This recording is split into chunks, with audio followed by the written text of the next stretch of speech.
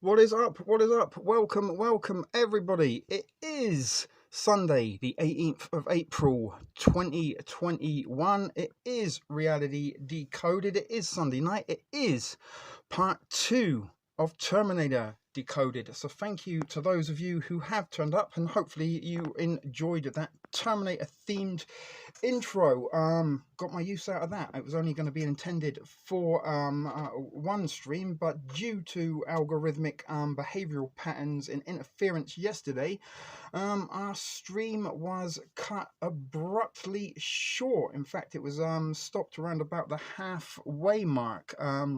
We were halfway through what would have been a 3-hour and 33-minute presentation, but as it happens, due to some mishaps, maybe technical operator errors, or again maybe interference from algorithmic Skynet type software, I lost my Ghostbusters Decoded presentation that was going to be shown last night, which left me with a gap this evening. But maybe the algorithm did us a little bit of a favor yesterday by cutting it short, which made this Terminator Decoded a two-part stream. Welcome, Devil. You just snuck in the back door there. Welcome, welcome, welcome. And it was very interesting for those of you who were tuned in yesterday during that presentation, because up until a certain point, we were pretty much glitch-free. We had no interference, no stream interruptions, nothing going on like that. Sound quality was pretty fine and dandy, and it was one of the better streams until all of a sudden, when we got to the segment where we were going to be looking at Skynet, which was going to make up the brunt of that presentation, because Skynet is very real, and this is a whole part of Terminator Decoded, is looking at the fictional realms that have now become part of our reality. And back in 1984, the thoughts of robots, artificial intelligence in Skynet, all seeing, all observing, software programs that have the ability to turn weaponry against humanity, was the thing of science fiction, but now it's a thing of science fact, and these things all exist. But the most startling and scary part of it all is, of course, the Skynet, and the fact that we are kind of living within the Skynet surveillance system, and that's a little bit of the frightening matter, and sort of how they are using the information that they gain from us as weapons, and furthermore to the point that our little cellular devices, our smart technology, if you do go into the settings and you do actually read through the manual when you get your new device, there is a huge section that will give you warnings of radiation, electromagnetic and radio frequencies that can be emitted from your device. Now, with a little bit of fine tuning and maybe some installed pre-existing software that is not yet activated until the desired update comes and updates it, maybe our little dormant cell phones are Terminators waiting to come to life. Another movie from the 80s is sort of depicted machinery attacking humanity was Maximum Overdrive, a movie I'm probably going to have to re-watch again, but it was also a movie I had a fiction decoded or predictive programming episode on TSP TV. Lo and behold, got blocked.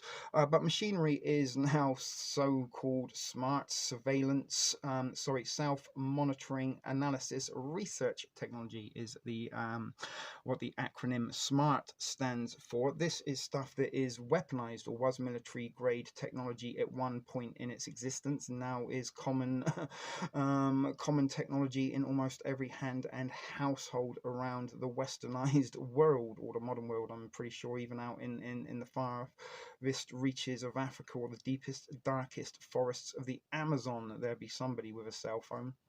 But they surround us, they control us, they guide us, they listen to us, they watch us, they are all seeing, all listening, and very, very much, we kind of carry the devices that link to the Skynet around with us at every given time, so they really, really can trace and track us in real time, in the technology, in the computing processes and stuff that are so far more advanced than what they were back in the 1980s. And if you can remember, in 1984 we still sort of had the simplistic 8-bit Atari, or Commodore 64. In the UK we had the Sinclair Spectrum home computers, and they had tiny amounts of memory in computing skills, but back then that was state of the art. And when we looked at the sort of realms of Terminator, it was beyond our comprehension, to the advancements in technology that we saw there.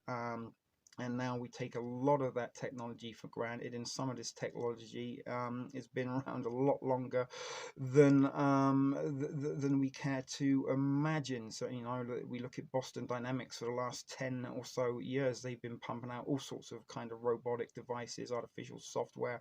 DARPA have been looking into it. Governments and militaries around the world have been looking into it for decades and decades. It's real. It's sort of in our past, a little bit like saying we live in an Orwellian 1984. We've passed that. We're way past whatever Orwell could have had in in his realms. But you know, again, another piece of fiction that has prepared us in become part of our reality. Yeah, the Intel Vision actually was a better console than the Atari. I thought so, and it had the kind of little dial rather than the funny joystick, if I remember. Or was that ColecoVision? But yeah, they were very simplistic devices in technology, but it was state of the art. And as I said, now we look back in terms of an Atari to say an Xbox or a PlayStation, the latest versions of those, you know, it's kind of, it is. Imagine having the DeLorean and going back to 1984 with a PlayStation, how much, you know, you would blow the minds of 1980s kids showing that when they were used to just asteroids and Pac-Man and stuff like that. But all this technology, like the Terminator, all sort of dawned in and around the 1980s in what I believe was the dawn of the digital era and the dawn of the digital influence over us. One way or another, digital technology has has played a huge part in all of our lives, even if it is just the digital alarm clock by the side of our bed that wakes us up and we hit snooze each and every morning. Digital watches, Walkmans, radios, it all went digitalized, and this was could have, you know, the very early days of what could have been the Skynet network. And you know, back then, sort of some of these items were very luxurious, very expensive. Now everybody's got one, even homeless people. I know that there's a homeless person in my neighborhood that sits outside of the Tim Hortons that has a little sign: I accept e-transfer, I accept PayPal. She's got a whole list of ways you can electronically send this girl money, and she's there with a little tablet when you donate to her. They use techniques on humans for training pigeons to play games. But it was, as I said, very interesting in terms of what happened yesterday during the stream, because very much it could well be evidence of what I'm talking about, that these devices, this cellular technology, you know, these artificial intelligence, they are sort of watching and listening in real time, and they can terminate streams, maybe not terminate lives, but they can terminate Facebook accounts in a given moment, depending on if you've posted something that goes against the community standards. We've seen in previous streams how, you know, sometimes maybe copyrighted material has been part of a feature presentation and the pop-up comes up, stream interrupted. But that didn't happen yesterday, if you noticed. It just went straight to buffer. We didn't get the stream interrupted pop-up to let us know what was going on. We were still able to chat for quite some while. But was that because we were about to expose Google as being the real Skynet? Bearing in mind YouTube is owned by Google. My devices are Android, which is run on Google software. My Chromecast is no longer working. I can't connect my TV, my devices to my Chromecast.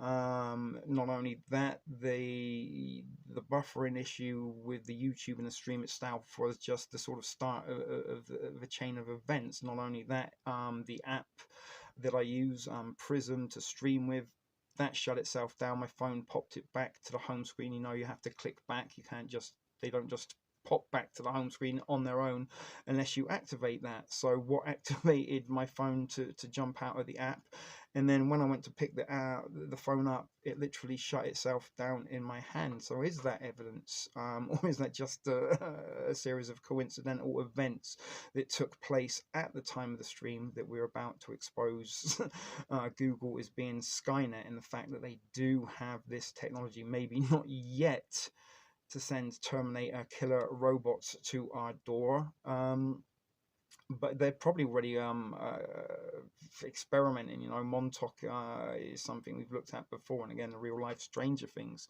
where they reasoned, or there was reason to believe that many of the test subjects were sort of homeless kids or orphan kids that have been sort of kidnapped and experimented on, and we probably don't want to know some of the experiments that they conducted in and out there. But as I said, true AI isn't here yet, but we are close. But this is the thing, Devil. It probably is here, They just haven't let us know about it yet. And bear in mind, remember the B-52 bomber that was in operation and flying in the skies over over the United States for 30 years before that was declassified. And that's very interesting. You mentioned that the cloned monkey, because I did see an article about that in Planet of the Apes comes to mind, another fantastic piece of fiction, one of my favorites, to be honest with you. I love Planet of the Apes, and again, we've got some time travel theory going on in that. But the first human monkey hybrid, again, this is from the realms of H.G. Wells' The Island of Dr. Moreau, where he was making animal human hybrids. A little while ago, back in the summer, I found out some weird stuff that they were trying to humanize mice, and they were putting sort of chips and stem cells and things into mice to make them behave more human-like, and actually put up a video titled Planet of the Mice, and this is kind of usually the level of experimentation. The rats in mice, monkeys, humans, right? So now they're sort of merging the human and the simian together. Who knows what might happen? Apes riding around on horseback, shooting rifles with nets, and muted humans that don't speak. But that's topics for another day, but a little bit similar to Terminator, that not only did they go forward in time through wormholes or whatever it was, the apes that found the spaceship and the technology came back in a time a little bit like they did in Terminator, and sort of started the paradox in a little bit of a series I've been watching recently from Korea that borrows heavily from Terminator. Now, you could argue this is plagiarism, but I would like to think that more importantly, this is sort of contemporary artists sending us a message of dangers or impending things that are sort of hidden from us, not the secrets of certain few, in things that we need to be aware of to prepare us for our eventual reality. But Sisyphus, the myth, Sisyphus, sorry if I'm butchering that, is a Greek myth of a man who continued for eternity, rolled a rock to the top of the mountain, and when he got to the top, the rock fell back down. He's like, damn, I need to go and push the rock up, and over and over and over and over and over again. And it's a little bit of like the time paradox that they sent Kyle Reese back in time to save John Connor before he was born from being his mum being terminated before she gave birth. And again, that was to try and stop the resistance in the future. But the paradox is that if they never sent Reese back, then John Connor would have never been born, the resistance would have never been formed, yada yada, whoop-de-woo, ray-tay-tay, chaos theory. People so stupid. People will be more accepting of the hybrid brain cells harvested from human monkeys. And again, it will all part of the sort of transhumanism in merging technology with humans. Maybe, do you want to feel and think like a monkey, implant this chip? But another recent Korean show that I watched also was called Luca, Last Universal, I can't remember what the CA standed for, but it's something to do with Darwinism. But within that, there was an orphaned child that had been experimented on, and they had put 6 different strains of animal DNA into this individual. We had electric eel, jellyfish, sturgeon fish, a fly, and all of these kind of creatures had sort of immunity in sort of strength beyond their size. And this individual, who was a human, had the powers in the DNA of 6 different separate creatures in him. But transhumanism in robotics, this is something that already sort of exists. People have got robotic hands, people have got exoskeletons and stuff like that. The next sort of, we've got wearable technology that can sort of give us some sort of robotic like abilities, but the next step will be sort of transhumanism stroke cyborgism. And where does that line stop in younger generations who are sort of never lived in an era that didn't have technology, will be probably only too willing to line up and wait outside the Apple shop to get implanted. The next iPhone it's not a phone. We just plug something in your head and click your earlobe to answer, click your earlobe to hang up. If you want to swipe, just flick your hand, and that's where we're going, guys. Believe it or believe it not. But anyway, without any further ado, let's try and attempt to get the second part of Terminator Decoded up and running, and hopefully, fingers crossed, we don't get any algorithmic interference that delays or prevents us from getting this out. So it's pretty much from where I started yesterday,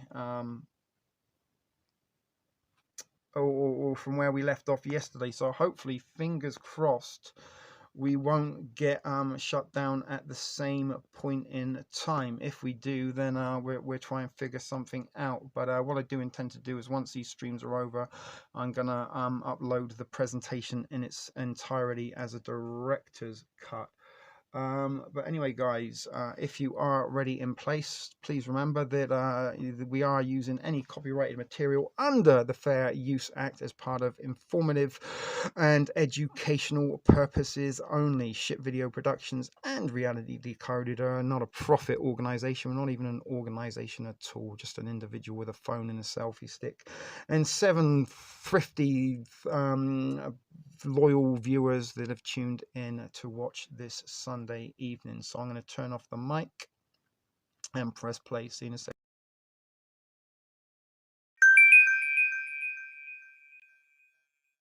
The future has not been written. There is no fate but what we make for ourselves. Terminator, Cyberdyne Systems Model 101. Part man, part machine. Fully armored, very tough. But outside it's living human tissue. Can't be bargained with. It can't be reasoned with. It doesn't feel pity or remorse or fear. And it absolutely will not stop. Ever. Until you are dead.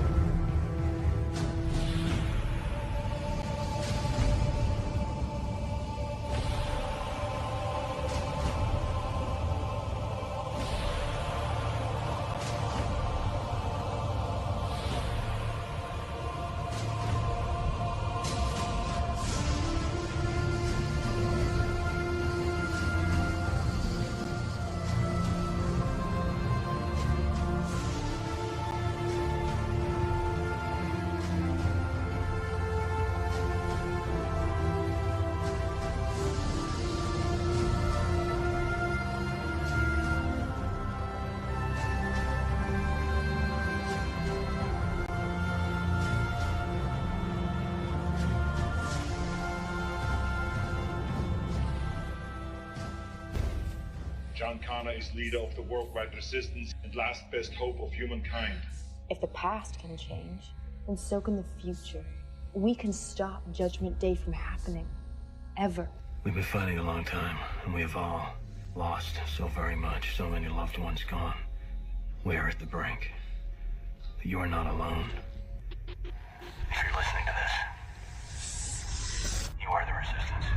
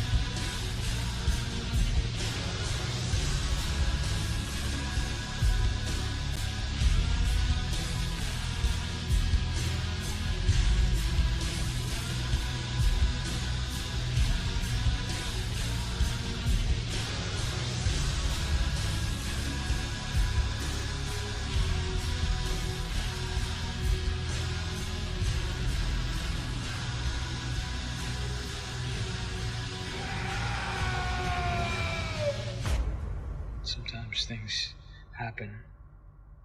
We just can't change. Stay tuned. Skynet funding bill is passed. The system goes online on August 4th, 1997. It becomes self-aware at 2:14 a.m. Eastern Time. Remember Skynet?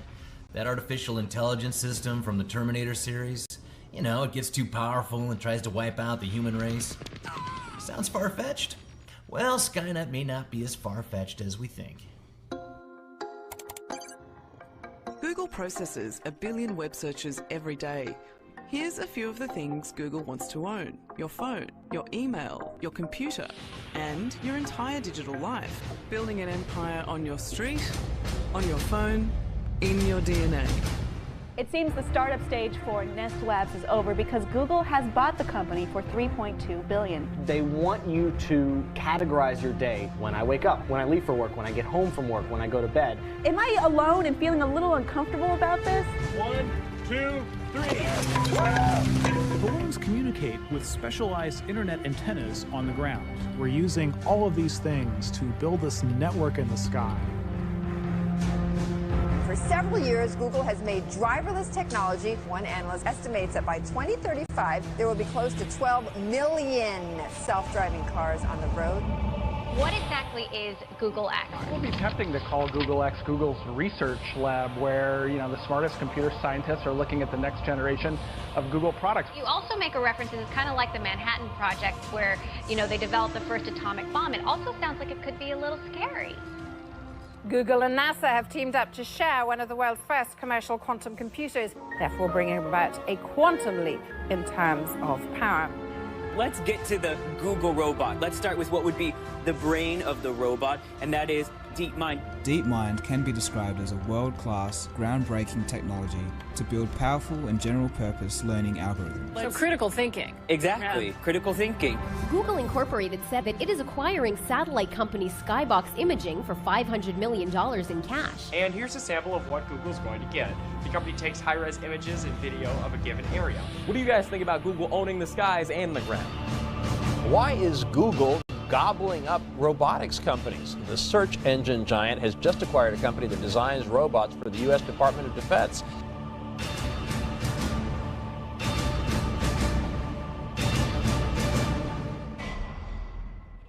Life-imitating art, it has been revealed via The Intercept that the NSA does have a program called Skynet, which is a terrible idea for a name. If you've seen Terminator, you may remember that it was the defense system in Terminator that goes rogue and sets off a bunch of nuclear attacks that destroys humanity. So obviously that's what we're going to name this controversial program within the NSA, which is itself controversial. Excuse me, but if they were going to call it Skynet, why didn't they have it be a program that was like Skynet as a global defense program? This one is just like a telephone system that calls telephone data to see if you're a terrorist. That's nothing like the Skynet that I know. Well, actually, it is a little bit different from that Skynet, weird-voiced Erica. But there's also Monster Mind, as revealed by Edward Snowden last year, that is kind of like Skynet. It's a defense surveillance system that would instantly and autonomously neutralize foreign cyber attacks against the U.S., so it's kind of like a cyber Skynet. So it would be able to detect, it would scour big repositories of metadata and differentiate between normal and malicious and be able to combat that cyber, not with missiles. This is so terrifying that they would be able to just counterattack without any sort of human oversight. Like that is what Skynet was and what the monster mind could be, which is so scary to me that it could just be computers fighting computers in the future, and then who knows what human casualties will evolve out of that. Well, yeah, Edward Snowden himself has also suggested that Monster Mind could one day be designed to return fire automatically without human intervention, and as opposed to just block it. Skynet itself is actually more, as you said, it's based more on locations on phones and seeing if it follows certain patterns that a terrorist might use. It's monitoring. It doesn't make it less scary, though. It's just not an immediate murderous explosive death. It's just very unsettling. Yeah, I think we're all in agreement about the ethical and moral ramifications of having a program like this that is such an invasion of privacy. However, I still take issue with the fact that it's called Skynet when it has nothing to do with being a global defense program. Interesting. So you're more concerned that it doesn't accurately describe Skynet, and I'm concerned that why would you use the word Skynet? For sure, yeah. We all learned through Snowden's leaking of all this information that we are being watched and our calls are being monitored. So even though we know that and it's horrible, we're aware. But yeah, the fact that it's called Skynet is what's very weird about this story. Well, clearly it's called Skynet because they are geeks at the NSA. But if they were good geeks, they would have called Monster Mind Skynet and called this one telephone searching. Or they would have called it the whatever Batman calls his.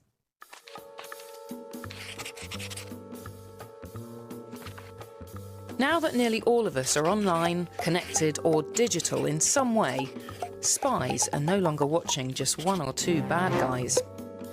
Instead, the UK and US governments are both collecting massive amounts of information from the things we do on our phones and over the internet.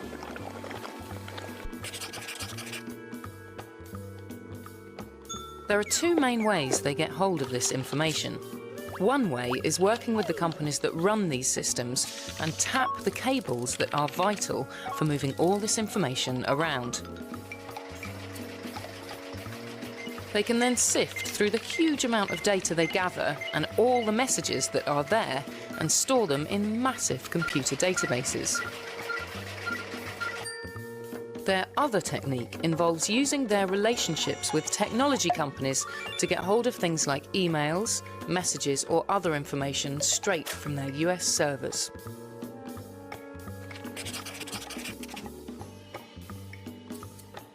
The spy agencies do throw away most of the content they collect. They keep that on their systems for about 3 days, then discard everything that's not from one of their targets. Metadata, though, who sent a message, who it was to, when it was sent, and more, is a different matter. The agencies keep almost all the metadata they see for around a month in the UK and up to a year in the US. That lets them build up profiles of millions of people, who talks to who knows who, and where people are if need be. These revelations pose many questions. What is the balance between our right to privacy and the authorities' duty to protect us? Governments in America and the UK argue that these surveillance programs help keep us safe from terrorism. But what happens if you're wrongly accused? And should we just accept that the internet is now a different place, run by businesses and governments who can monitor it how they like? Now that you know you're being watched, how does that change your behaviour, how you talk to your friends, and how much you trust the world around you? These revelations have changed the internet for us forever. Does privacy have a future online at all? Hopefully you found those little snippets of information interesting with regard to the real life Skynet. And here we are at Science Alert with a pretty cool looking eye graphic there of a robot, I'm guessing. And that is a Shutterstock photograph by the looks of things. But nevertheless, NSA leak confirms Skynet is for real. 9th of June 2015. Peter Dockrill, the author of the article, that goes on to say Skynet, the fictional AI warfare system depicted in the Terminator movies, has over time morphed into a kind of pop culture slang, a tongue-in-cheek shorthand for people's misgivings over a text-dominated dystopian future. But little did we know, Skynet has been very real entity all along, with a new report indicating that the name is used for an actual technological surveillance program conducted under the watchful eye of the United States National Security Agency, the NSA. And according to an article by The Intercept, Skynet is a very real NSA security program that monitors the location and communication patterns of suspects of interest by harvesting mobile data, metadata, as we just saw how in the animated graphics that we saw previously to this article being read by myself. And they collect the metadata and bulk call records of people that they consider are suspects of interest. And bear in mind, guys, we're all suspects of interest until proven we're not a suspect of interest. But the report details how journalist and long-serving Al Jazeera correspondent Ahmed Mufak Zedin was targeted by the Skynet system as a suspect courier in speech marks, moving information between terrorist agents. In leaked internal PowerPoint presentations sourced by a controversial NSA whistleblower and former CIA contractor Edward Snowden. Remember, guys, nobody blows whistles that aren't meant to be heard, and even the unheard dog whistle is heard by dogs. But the Skynet program is defined as a collaborative cloud research effort. Skynet applies complex combinations of geospatial, temporal pattern of life and travel analytics to bulk DNR data to identify patterns of suspect activity. And that's pretty much what your little artificial intelligent algorithm that resides within your personal cellular devices does. It records data to identify patterns of suspect behavior within you. Now, that doesn't necessarily suggest that you might be a terrorist suspect. It just is to see if you are suspected or not of maybe being anti-governmental, or maybe if you're suspect or not of not being susceptible to the memes that are being planted on your newsfeed to share and agree with you.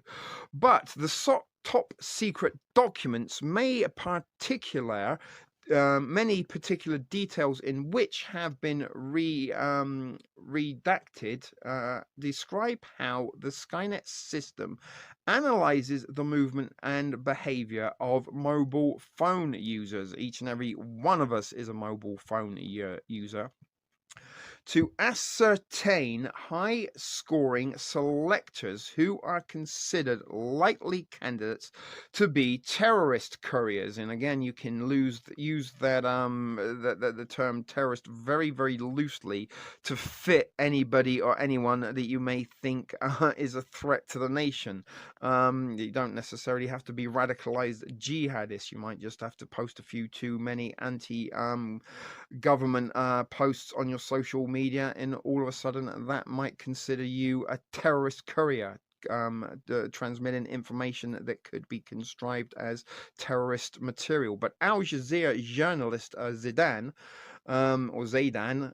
is identified by the system as the highest scoring selector that traveled to Peshawar and Lahore. Underneath his picture, he is described as a member of Al Qaeda and with the Muslim Brotherhood, who works for Al Jazeera. One of the presentations, the Skynet courier detection via machine learning, explains how we are looking for different people using phones in similar ways. From GSM metadata, we can measure aspects of each selector's pattern of life, social network, and travel behaviors. Selector is you and I. That is how they term citizens as selectors, and they're trying to measure the aspects and pattern of our lives, social media, every last little bit of our lives. They are trying to obtain the data to be able to use against us one way or another. But Zaidan, who through the nature of his reporting work has come into contact and interviewed several senior Taliban and Al-Qaeda figures, including Osama bin Laden, has denied membership of Al-Qaeda and the Muslim Brotherhood, and come out criticizing the covert surveillance methods that labeled him as a terrorist. For us to be able to inform the world, we have to be able to freely contact relevant figures in public discourse, speak with people on the ground, and gather critical information. Any hint of government surveillance that hinders this process is a violation of press freedom and harms the public's right to know, he told Intercept. To assert that myself or any journalist has affiliation with any group on account of their contact book, phone call logs, or sources is an absurd distortion of the truth and a complete violation of the profession of journalism. Aside from the practical implications for investigative journalists, and revelations provide yet further evidence of the ways in which the stored metadata can be used against unsuspecting individuals. And he finishes up by saying, but on the bright side, at least this Skynet isn't single-mindedly busying itself creating a legion of murderous T-800s, hell-bent on wiping us all out. Right. Maybe they're not, but they don't need to, because we've got good old Boston Dynamics and the real Cyberdyne that could do there for them. So let's click on how it can be used against unsuspecting individuals. Again, science alert. And there is a popular and familiar thing that each and every one of us will have encountered at some point in our lives: a tap and pen RFID tripper reader. Your credit card records is not so anonymous, a new study says. Don't want to alarm you, but your metadata is showing, and I can lead people straight to your credit card details. Scientists have found that 90% of the time they need just 4 pieces of outside information on you. For example, what store you shopped at on any given day, what you bought, how much an item cost, to match an anonymized credit card record to your identity. The team, led by computer scientist Yves Alexandre de Montjoy at the Massachusetts Institute of Technology, good old Tavistock MIT affiliate in the United States, analyzed 3 months of credit card records belonging to 1.1 million people. The credit card records had been stripped of any personal information, including names and account numbers, which is what companies routinely do when they sell data about you and your purchases to other companies. The team then gathered information from 10,000 shops and information readily available about individuals online, such as their tweets, Instagram photos, and Facebook updates. Think about how many times you've Instagrammed yourself at a particular restaurant, tweeted that you're drinking at a particular bar, or snapped yourself in an art gallery and updated your Facebook feed. This kind of information, the team wanted to figure out how many individual pieces of information about what a person has done on a particular day were needed to match them and their credit card details. 4 turned out to be the magic number, which allowed the team to successfully match a person with an anonymized credit card record 90% of the time. They only needed 3 pieces of outside information if one of those was the price of the item purchased. These 4 clues didn't have to include anything about what had been bought, although at a guess at the approximate price of transaction did sharpen their accuracy. Women and people with higher incomes were even easier to spot, perhaps because these groups had more diverse behavior, making individuals distinct from their peers. Here is an example from the Associated Press.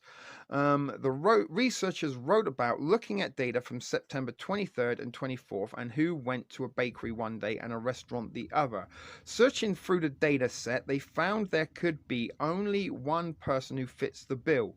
They called him Scott. The study said, and now we know all of his other transactions, such as the fact that he went shopping for shoes and groceries on the 23rd of September and how much he spent.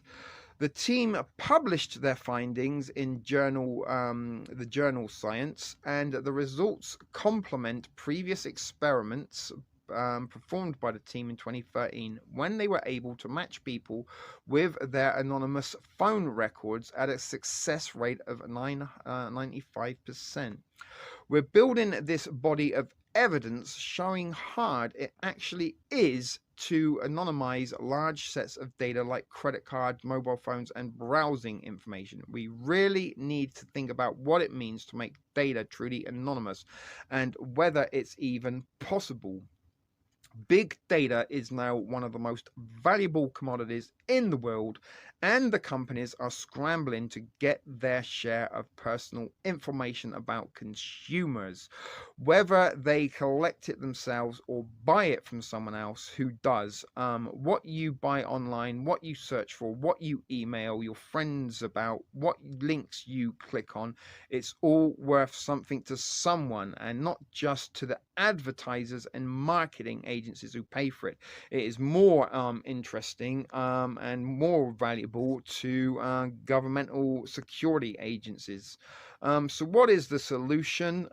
William Herkovitz from Popular Mechanics spoke to a privacy policy expert from the University of California, Berkeley in the US, who says he hopes research like this will convince governments around the world to update their laws, what's known as personally identifiable information, or PII. PII governs how, when, and why your personal information is shared with companies or made publicly available. And the only way to do this safely is knowing how it can be misused. So there was a little bit of stuff there about how easy it is to use your social media and internet habits in ways to survey and track and trace you. And this is a little bit of an example how the real life Skynet works. And as I said, it isn't a weapons defense system as of yet, but it is something that can be used very much against us for the disruption of humanity. So let's go and look a little bit more at some real life Skynet stuff. Okay, Google, are you Skynet? The question is raised by the Click Hub, and an article written by Sophie Barber from back in August 2019, the last year before the COVIDian era was unleashed upon us, goes on to write a very interesting article about the real life Skynet. And is Google the actual real life equivalent of the fictional Skynet that launched an all-out nuclear Armageddon on humanity once it becomes self-aware? But the bad guy most identify from the Terminator is a robot with an Austrian accent played by Arnold Schwarzenegger, and the line "I'll be back" has become an integral part of our culture, and even people who have never seen the Terminator movies will be able to tell you where it is from. However, the real villain of the Terminator movies is Skynet, not the Austrian-speaking android. An artificially intelligent platform which gained consciousness at such a fast rate that it became paranoid and murderous, deciding to annihilate the human race. For a few years now, major publications have been half ironically debating which one of the major tech company is likely to become Skynet. In this blog, we're taking a look at Google and Skynet and asking whether they are more similar than we would really hope. And there is some imagery from the Terminator. But what is Skynet? Not to be confused with the commercially managed military communication satellites operated on behalf of the Ministry of Defense in the United Kingdom. The Skynet of the Terminator films is an artificially intelligent system, otherwise referred to as the Global Digital Defense Network. It is created in the film by Cyberdyne Systems for military purposes. In other words, they thought that Skynet would be able to act as a weapon against their enemies or a defense mechanism if needed. Dual purpose. However, the AI system quickly develops self-awareness and becomes aggressive when it realizes that the United States government wants to shut it down, and it annihilates the majority of the human race on what later becomes known as Judgment Day. Now, the similarities of the Ministry of Defense's Skynet research, they have 3 satellites, I believe it is the largest space project the United Kingdom has going on, is a data collection system and is funded by a private contractor, just as Cyberdyne was the private contractor that provided the military software and hardware to the United States military. But is Google really similar to Skynet? It sounds pretty scary, right? We're not exactly saying that Google will develop an AI system which has the potential to kill us all. Of course it isn't. However, there are some similarities that it is worth taking a look at for the conspiracy theorists out there. But Google data centers certainly look like they could belong in a sci-fi film. The main Google product is that is a cause for concern, rather, is its own artificial intelligence system, the DeepMind. It is owned by Google since 2014, and DeepMind's purpose is to research and build safe AI systems that learn how to solve problems and advance scientific discovery for all. However, some have questioned how long AI can remain guaranteed as safe. In 2017, an article reported that DeepMind becomes highly aggressive when stressed. This refers to a test carried out by Google's computer scientists where they looked at how DeepMind would play a game called Gathering. The aim of the game was to compete against your component to collect as many apples as you can.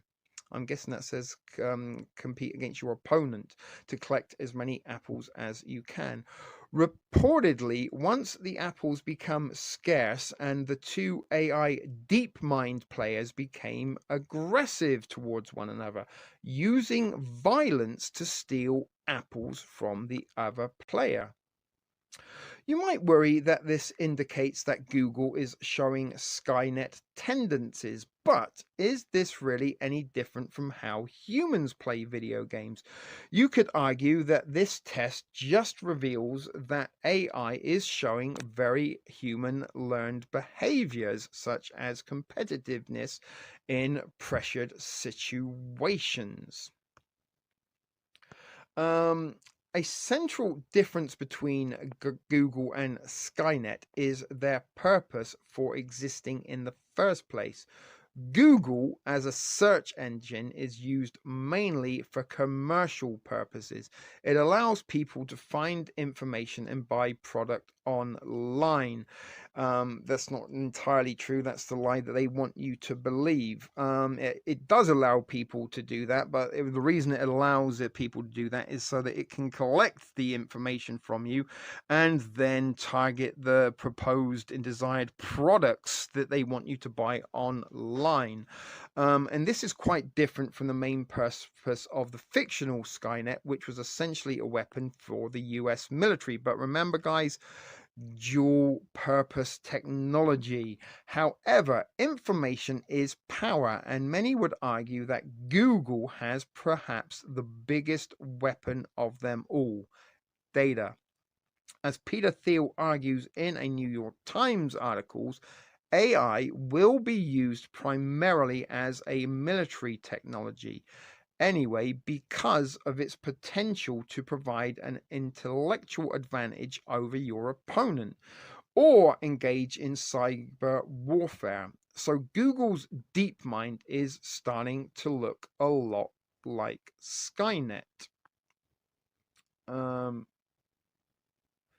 There's an article to look into if you wanted to. But when you look at the idea alongside the fact that Donald Trump recently signed an executive order for research into artificial intelligence, it does look like artificial intelligent technologies could be harnessed as a weapon more and more frequently. On top of that, former employees of Google have warned about the tech giant's capabilities, as well as their involvement in military projects. So, is Google Skynet? Not yet, but the similarities are enough to make you wonder what the future of AI holds. And that is the end of that little article for you there. Here we are at the official UK government website, where we're gonna look at what they have to say about the Skynet Enduring Capability Program, SCEC, as it's abbreviated to, but we'll still go with the Skynet. And they're telling you can engage with the Ministry of Defense on Skynet program and the next generation of solutions for future satellite communication programs. So there's a little content there for you about the Skynet. So let's get straight into it. The Skynet is a family of military communications satellites currently operated for the Ministry of Defense that provides strategic communication services to the United Kingdom Armed Forces and their allies. Skynet 5 is the most recent generation of this family. The Skynet Enduring Capability Program will deliver the next era of satellite communications to the Ministry of Defense using space assets as a way to monitor and control them. These assets will also be supported by additional commercial services to provide a reliable and robust communications service. So about Skynet, the Ministry of Defense Skynet team are currently defining the future of the Ministry of Defense's satellite communication capabilities. The new technologies and service in the space sector are emerging all the time, along with new threats, risks, and hazards as space gets busier and more competitive. In the same way that your mobile phones need more data and bandwidth with every new user and new technology, so does the military communications, and these demands are growing quickly. To meet these additional demands, the Ministry of Defense Skynet team wants to build a network of satellites, ground station, and other user services to provide first-class communication for governments, allies, and especially our defense personnel, whether they are on operational duty or keeping in touch with family and friends whilst deployed. Get involved with Skynet program to build this new network. The Ministry of Defense would like to work with innovators in the industry, academia, and other governmental bodies, including our closest allies, to understand new trends and new opportunities and to encourage research and development. To meet the needs of Skynet, we are currently investigating new ideas, capabilities, and services, the exploration of our existing systems and informationals, information, terminals, ground equipment, and other infrastructure, ways to improve our network efficiency and customer satisfaction. Wonder how much customer satisfaction the Ministry of Defense gets. Tools and technologies to deal with risks, hazards, and hostile threats. Using combinations of best available military and civilian SATCOM services. New technologies to invest in, develop, and encourage. Future technologies and way to improve the management of our core network. The industry engagement, the initial plan for industry engagement for the Skynet program includes the following: future acquisition strategy, March 2021, assured capability protective measures, Q2 2021, space segment competition, pre-qualification questionnaire, that's for Q4 of 2021, and PQQ issue, Q4 of 2021, post PQQ issue bidder day, Q4 2021. Invitation to negotiate is going to be in Q1 of 2022. So these are all things they've got lined up for the coming year, I'm guessing, with regards of filling positions and trying to improve this system of Skynet satellites that already is in place and exists. The Skynet program will at various times release requests for informations to industry in order to examine specific capability or technological topics. Formal publication of RFIs will be via the Defense Share Portal. For information on how to access and register for Defense Share, please see below or contact the Skynet team. Skynet Future Acquisition Strategy. The Ministry of Defense Skynet team released a request for information on Wednesday, the 3rd of March, 2021. The request for information seeks feedback on early concept options for future Skynet system stroke service integration acquisition and service delivery in the 2028 plus timeframe. Looking beyond already endorsed procurements such as service delivery warp and Skynet space segment. Wonder what delivery warp is all about.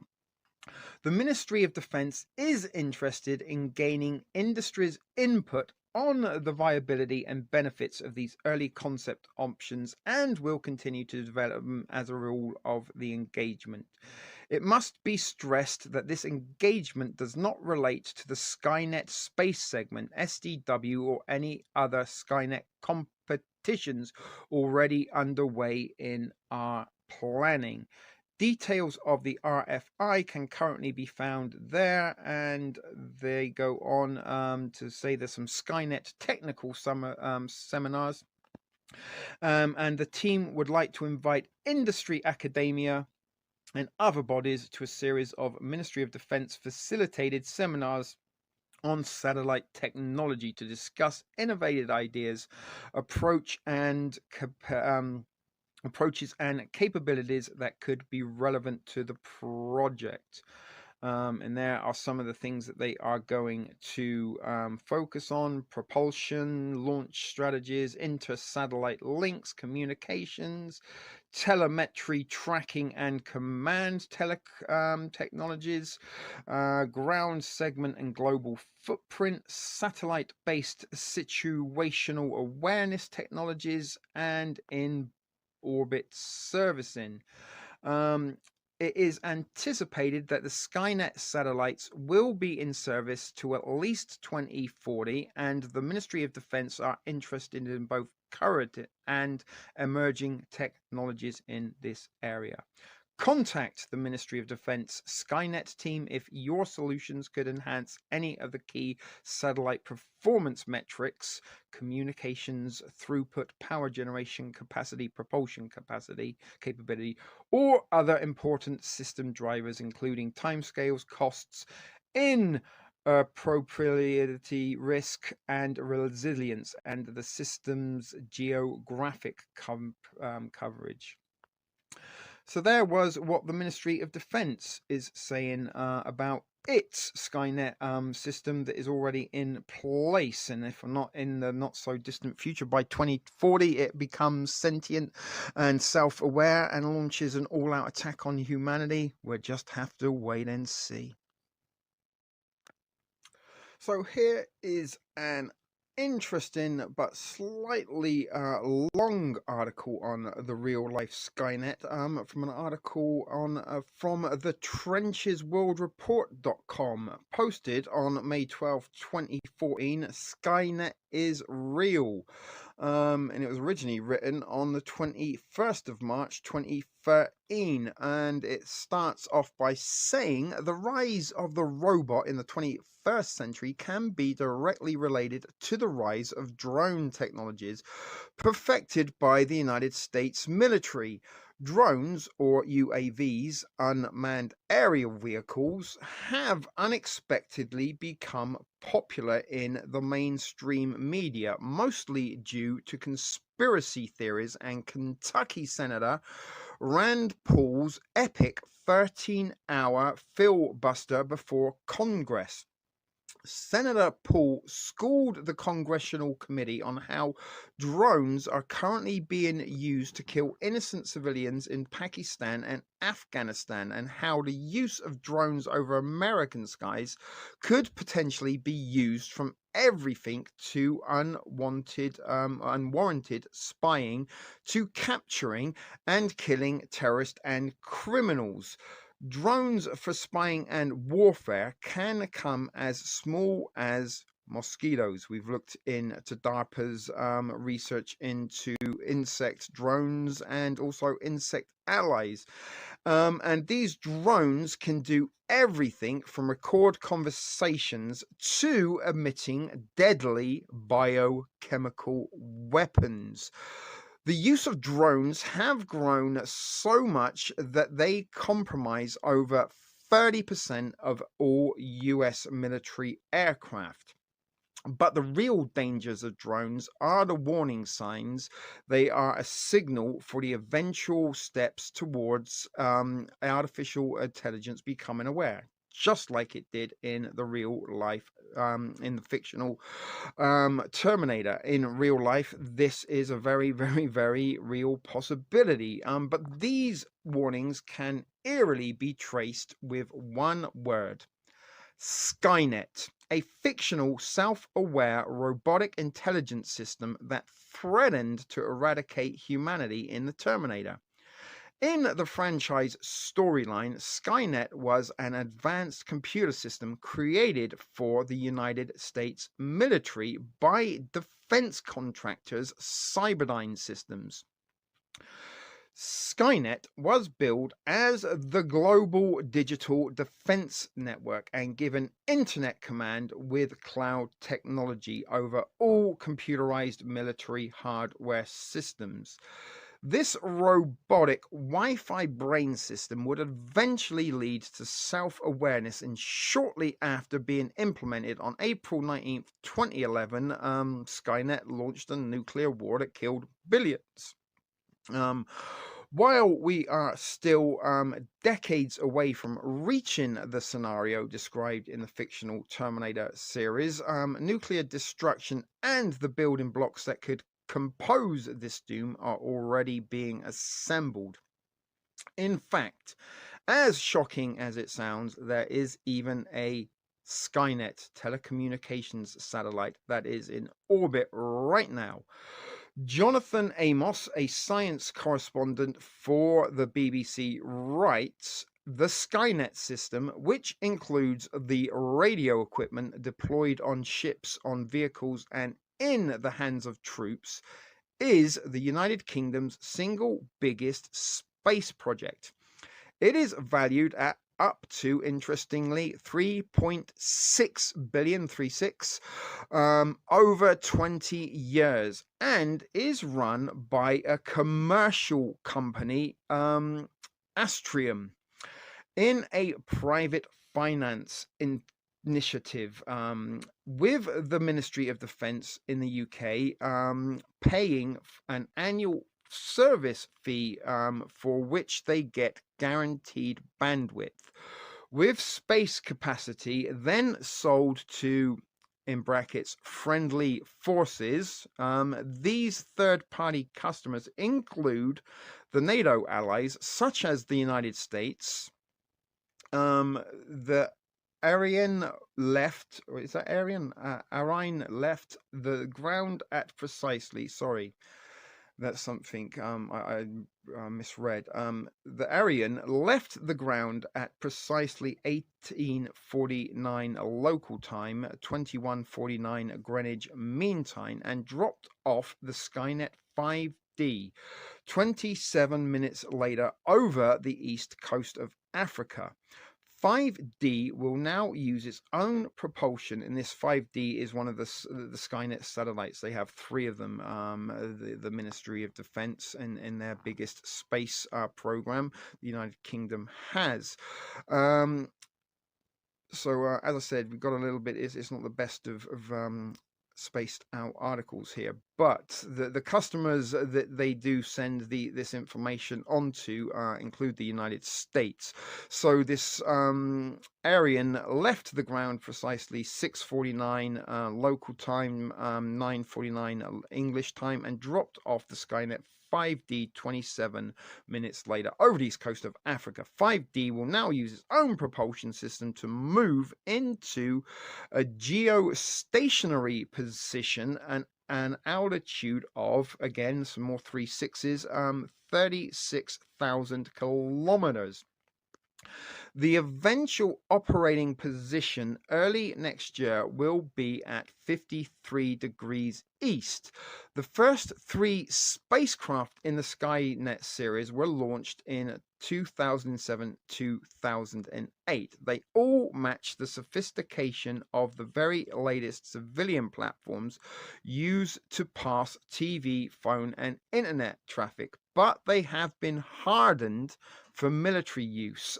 Classified technologies on board will resist, for example, attempts to disable the spacecraft with lasers or to jam their operation with rogue signals. Since its launch, Skynet has been integrated with NATO military operations and is solely responsible for the destruction caused by NATO's executioner drone programs. According to Wikipedia, Skynet is a family of military satellites now operated by Paradigm Secure Communications on behalf of the Ministry of Defense, which provides strategic communication service to 3 branches of the British Armed Forces and 2 NATO forces.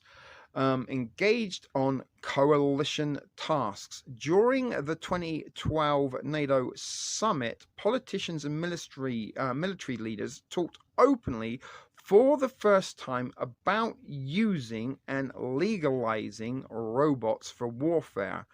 While the drone wars have already begun, the era of robot wars is suddenly fast approaching. We have progressed to the point that pilots like Tom Cruise in Top Gun are quickly becoming obsolete. I want to add, Tom Cruise isn't a pilot. He was an actor playing a pilot. But anyway, for example, the slick-back arrow-shaped X-47B stealth drone developed by the Northrop Grumman can be used as an armed destroyer or surveillance tool. It can fly faster than a B-2, it's cheaper to make, and doesn't require a human pilot. Another defense contractor, BAE Systems, has funded a military robotics project with Professor Henrik Christiansen at the Georgia Institute of Technology in Atlanta, another Tavistokian institute there. But their goal is to develop unmanned robotic jeeps capable of exploringly and digitally mapping dangerous enemy terrain. Professor Christiansen tells the BBC these robots will basically spread out They go through the environment and map out what it looks like, so that by the time you have humans entering the building, you have a lot of intelligence about what is happening there. While the emphasis on Christensen's project is mostly information gathering, remember dual purpose technology, the arrival of armed robots programmed for death on the battlefield raises profound questions that go beyond the sick reality of creating machines to kill human beings. Peter W. Singer, an expert in warfare and consultant to the Pentagon at the Brookings Institution in Washington, D.C., and no prizes for guessing that they are also part of the Tavistock network. He wrote a best-selling book, Wired for War, that expertly describes the future roles robots will inhabit in wartime scenario. Whether it is motherships, swarms, or some other concept of organizing for war that we have not yet seen, it is still unclear what doctrines the US military will ultimately choose to organize its robots around. Whether doctrine prevails, it is clear that the American military must begin to think about the consequences of a 21st battlefield in which it is sending out fewer humans and more robots. With the rise of drones and our understanding of robotics, a recent announcement made by the Obama administration has once again fueled conspiracy theories concerning the arrival of Skynet. Obama has secured $300 million worth of federal funding for an extensive neuroscience project in an effort to map and understand the human brain. This 10-year project has led to speculation that Obama's neuroscientists will pave the way for advances in artificial intelligence, thus laying the groundwork that will eventually allow AI to become aware. European scientists have already created a Raputa, an online brain that describes unfamiliar objects to robots, and it was inspired by Hayao Miyazaki's classic anime fable Castle in the Sky. In the film, Raputa is where all the robots live. This Raputa brain database serves as a cloud warehouse of knowledge that robots can access via Wi-Fi to ask for help when confronted with unknown situations. This web-based service can also take over a robot's automation and can navigate, do physical labor, and or understand human speech in various languages. Using cloud control Wi-Fi technology instead of on-board computation reduces the cost of creating robots and allows robotic thought process to be downloaded via the web.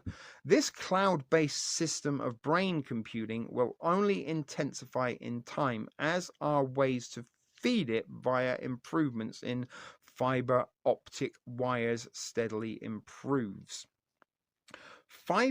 Fiber optic wires are capable of holding 100 gigabytes per second, but their clumsy and dangling appearance makes them a storage annoyance and quite useless on the battlefield or in the air. To solve this problem, the Defense Advanced Research Project Agency, DARPA, has created a new program intent on perfecting the type of technology needed to run fiber optics through the cloud. In an article posted on December the 12th, 2012 on a popular technical science blog, Sean Gallagher writes, of course, you can't run a fiber backbone through the air or summon one up at a will on the battlefield. That's why DARPA has launched a program to create technology the same sort of bandwidth as fiber optic backbones, 100 gigabytes per second. If successful, the program could mean not only just faster data connections on the battlefield, but better broadband for people in remote areas and cheaper expansion of cellular networks. It's nothing about faster broadband in remote areas, in better cellular networks. It is about the network of surveillance, the dual technology. The cheaper expansion of cellular networks in faster broadband width is just the guise and the happy part of the dual technology. But the effort called the 100 gigabyte per second RF backbone, or 100G in DARPA shorthand, seeks to do much more than just overcome the physics that limit current radio-based data communication connections. Using the Defense Department's Common Data Link standard protocol, the initiative is searching for a solution that will be able to be deployed both to the battlefield and aboard aircraft and work at distances of over 200 kilometers.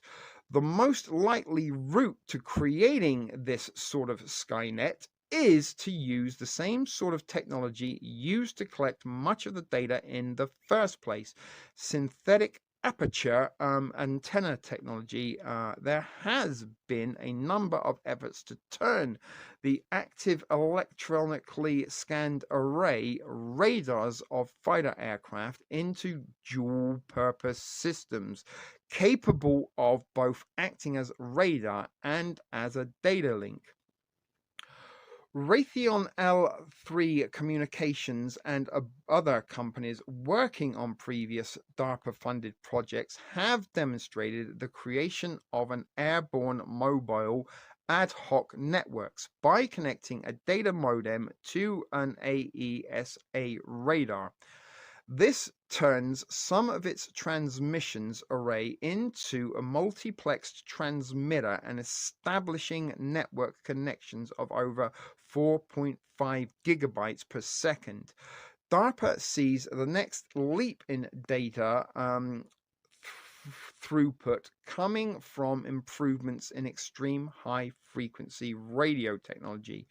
Using wavelengths measured in millimeters, EHF frequencies, such as the 60 gigahertz frequency used at the top end of the Y gig standard, are typically only effective for communications at short range and within the line of sight. But DARPA believes that by using technologies in the modulation of signals, including quadrature amplitude modulation, the millimeter wave band can be used over much greater distances through cloud cover and achieve a higher throughput. Theoretically, this could provide the necessary bandwidth needed to house an advanced internet grid strong enough for an artificial intelligence to become aware to the extent of controlling the networks of robotic killing machines. DARPA has also spent close to $200 million funding the StarNet chip project, which is a study on how to improve semiconductors with nanomaterials, spintronics, and swarm computing techniques, with over 6 universities conducting experiments in 6 different fields of study. 6 there for you guys. The project aims to create non-conventional materials and devices that have nanoscale structures and quantum level properties.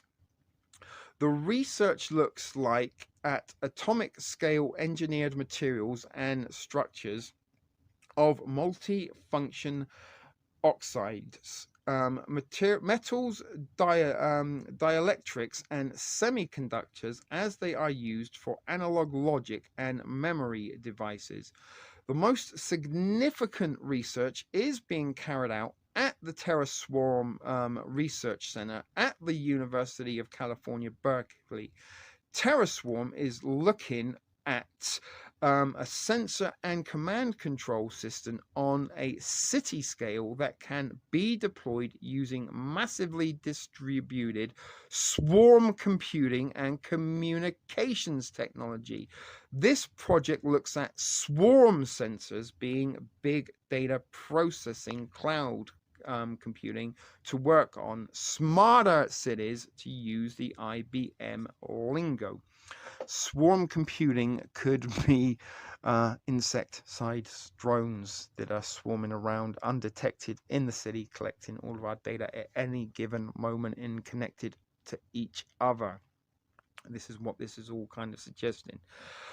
This blatant attempt at creating Skynet is now out in the open and accelerating with an incredible speed. A recent announcement by legendary futurist Ray Kurzweil sent shockwaves throughout the Google is Skynet conspiracy forums, where Kurzweil told the media that he was working with Google to create the next generation of AI networks. Kurzweil, a certifiable genius who reinvented the musical synthesizer and created machines that helped the blind read along other inventions, among other inventions, is currently building a computer module that will be able to mimic a human brain. He claims that along with the AI eventually becoming self-aware, that also our personal computing laptops will shrink to the size of a blood cell and will be over 1 billion times stronger. By the time Google wakes up, it will have every known fact and record of every human that has ever lived. Google already has a self-taught virtual brain program already in place. And Google, through the keyboard application, collects and records every single letter that you type, everything you search, every text, every Facebook post, every tweet, every Snapchat post, everything you have ever typed on your keyboard has been collected by Google and is stored in this virtual brain, and it can and will be used against you at some point, one way or another. But using pattern recognition and sound recognition, the neural network could get closer to understanding context and information surrounding a central target, like scanning the background of an image to learn where the photo was taken by using existing similar images and geotag data. Of course, Google is quick to point out that this really still is just the first step towards a true artificial intelligence. Although Google's neural network technology is smaller than a human brain, it can beat humans at certain tasks and can teach itself and can get more efficient at learning. It still can't reason, which is essential for intelligence. So the neural network can find specific visual data faster than humans can, and it can match shapes and patterns and ultimately do jobs that would be incredibly tedious and boring for humans. But it can't draw from the outside world and reason out the reason why or how of a thing. Why and how are the most powerful of all questions, and both the asking and the drive to answer those questions are the true mark of intelligence. Google's brain can't do that yet at time of writing, but the question still stands: when the day does come that Google or some other company creates a true artificial intelligence, will you be there with pitchforks and torches, or with an offering of peace to our new Cylon overlords? With the realization that drone and robotic technologies might reach self-aware IA levels faster than anyone dares to admit, the Human Rights Watch and Harvard Law School's International Human Rights Clinic jointly released a mind-blowing 50-page report entitled "Losing Humanity: The Case Against Killer Robots" on the 19th of November 2012. The report makes it clear that banning killer robots before it's too late is crucial to the survival of the human race. The report cites the out of control drone program and DARPA's zeal for building fully autonomous weapons. This legitimate threat was also addressed by the award-winning former intelligence officer Lieutenant Colonel Douglas Pryor in an essay titled "The Rise of the Machines," published by the United States Army Combined Arms Center. Pryor writes, "It seems heartbreakingly obvious that future generations will someday look back upon the last decade as the start of the rise of the machines. Robots so advanced that they make today's predators and reapers look positively impotent and antique. These killer robots, though, will share one thing in common with their primitive progenitors with remorseless purpose. They will stalk and kill any human deemed a legitimate target by their controllers and programmers." Want to point out now at this point, guys, that your cellular device can be used exactly as a killer robot. It can target you if you are deemed a legitimate target. And bearing in mind all the data that you put, everything you share, post, and all your thoughts and opinions are collected and analyzed to give a virtual you a persona within these virtual algorithmic AI worlds, and they can then use all the data from the virtual you after they've run it through a series of algorithms to test the best one. They can then deliver that via your cell phone that does have the ability to deliver electromagnetic frequencies and radio waves directly into your brain. We're already carrying our little terminators, and they're just waiting to go live. Like Skynet, they're all connected to one another, they're all synchronized, they're all part of this large real life Skynet structure that exists, and they can at any given time be used to destroy us. They know exactly who to target and who not to target. And again, they can be targeted. A human can be deemed a legitimate target by the controllers and programmers who own that software. Maybe this is what all your Facebook jail time and maybe even your YouTube community strikes might be compiling the database for. Targeted individuals selected for termination at the time that this Skynet becomes sentient. But Dr. Roman Jan is a computer scientist at the University of Louisville in Kentucky, and has been one of the leading proponents of creating a fail-safe mechanism to prevent AI from getting out of hand. He proposed new ideas outlining ways to contain and restrict robot intelligence. His theories were released in the March issue of the Journal of Consciousness Studies. Again, Star Wars, the robots post the Clone Wars all had to wear restraining bolts. But Jan Plovsky, however you say that, worries that without laws implementing how advanced IA systems can grow to be, there's no stopping the robots from overriding human-given commands simply by developing an unforeseen rise in intelligence and self-awareness. He also claims that a clever breed of artificially intelligent robots will be able to discover new attack pathways, launch sophisticated social engineering attacks, and reuse existing hardware components in unforeseen ways. Just what I told you, they can use unforeseen hardware, pre-existing hardware components in ways that are unforeseen. Dual technology, guys. Dual technology.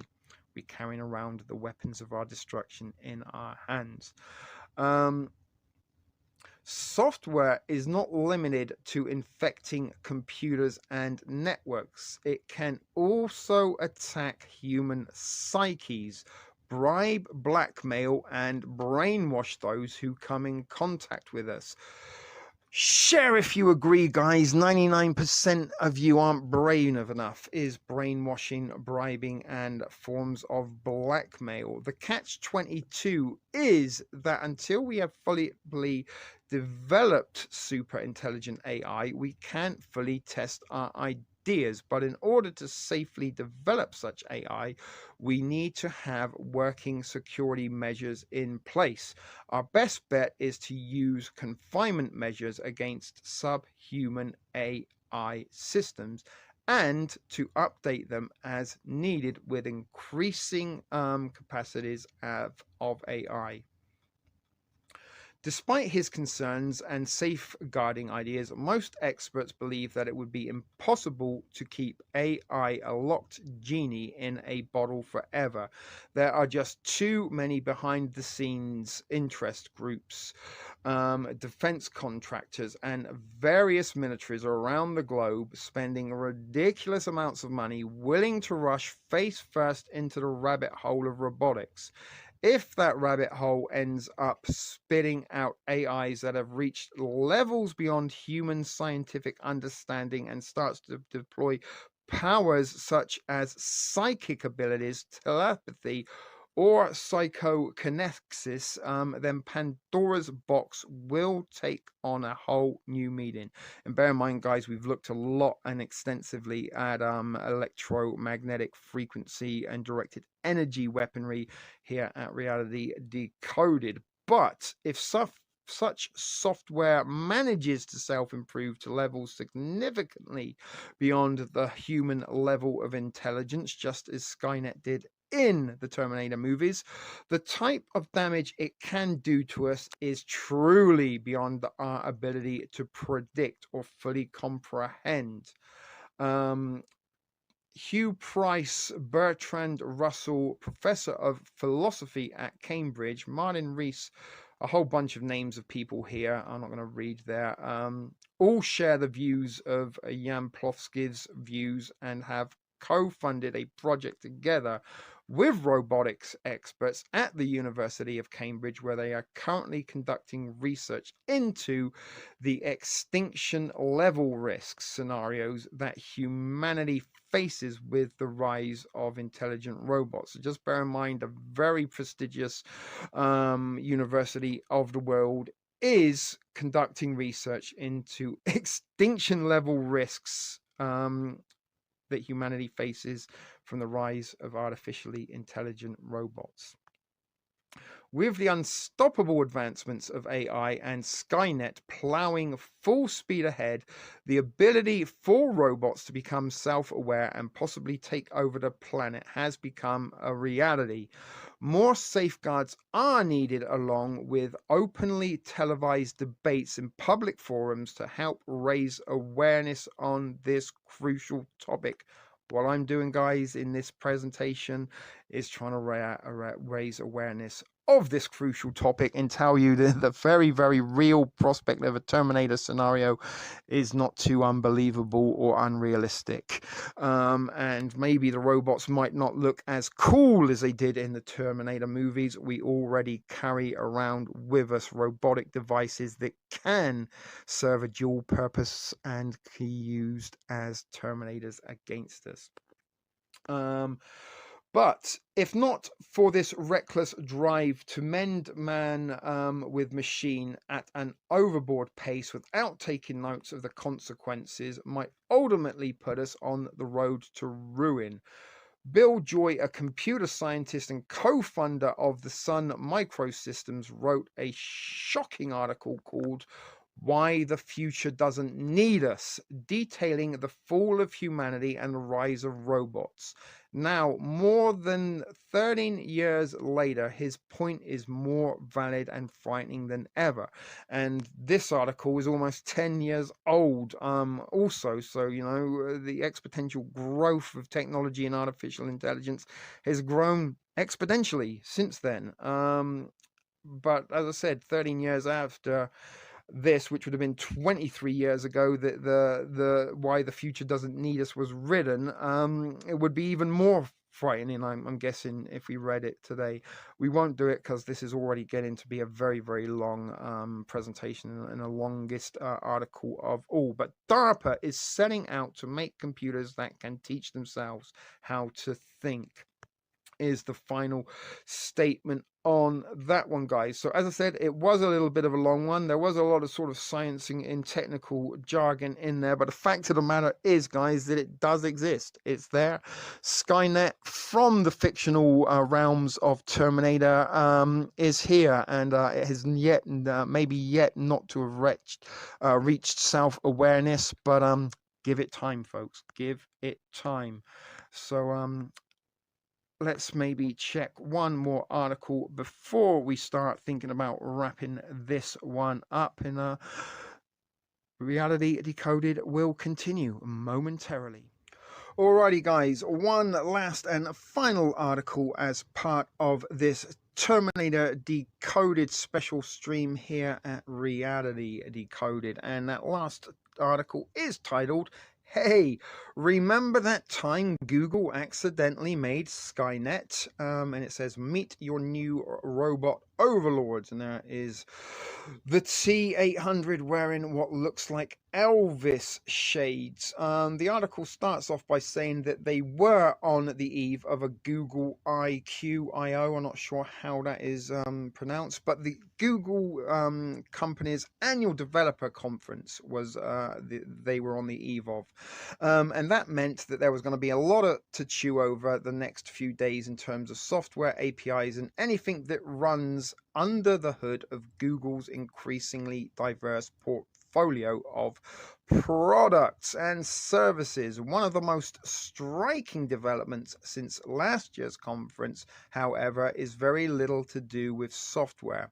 It is, in fact, Google's devotion to exotic companies and hardware initiatives, which are usually connected to its highly secretive Google X Skunkworks. Mountain View has made huge plays in robotics, artificial intelligence, balloon-based internet networks, and the connected home, and that's just in the last 12 months of writing between the last Google conference and the one they were on the eve of. But watching the pieces fall into place, it's hard not to see a certain pattern emerge.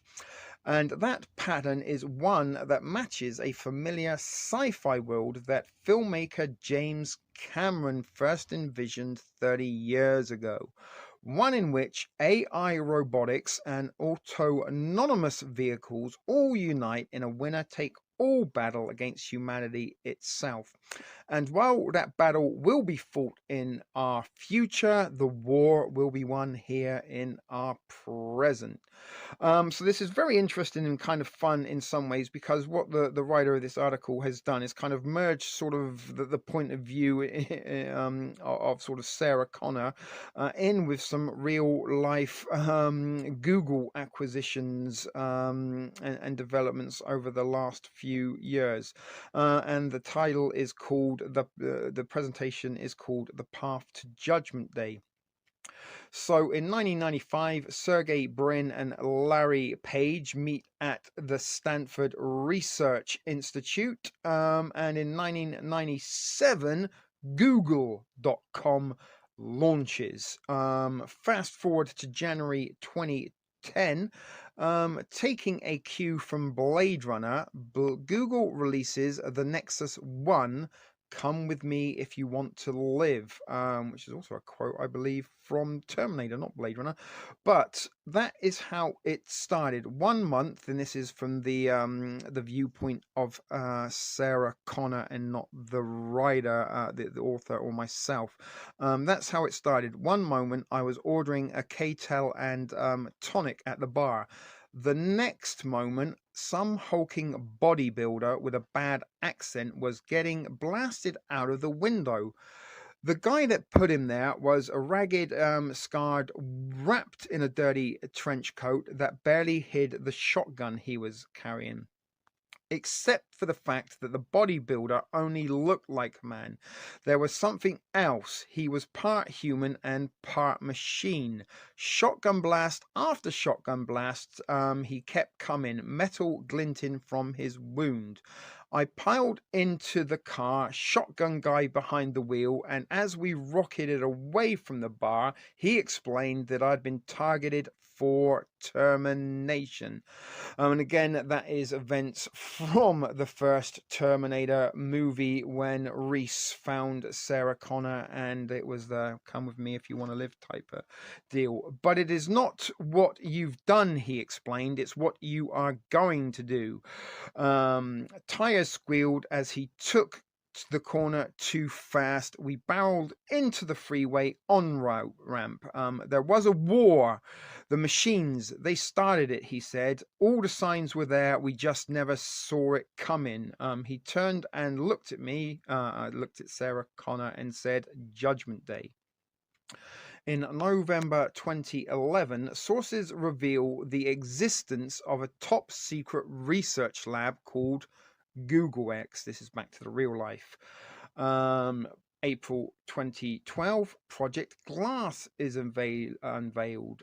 June of 2012, the world leaks out that Google has created a virtual neural network that can teach itself by watching YouTube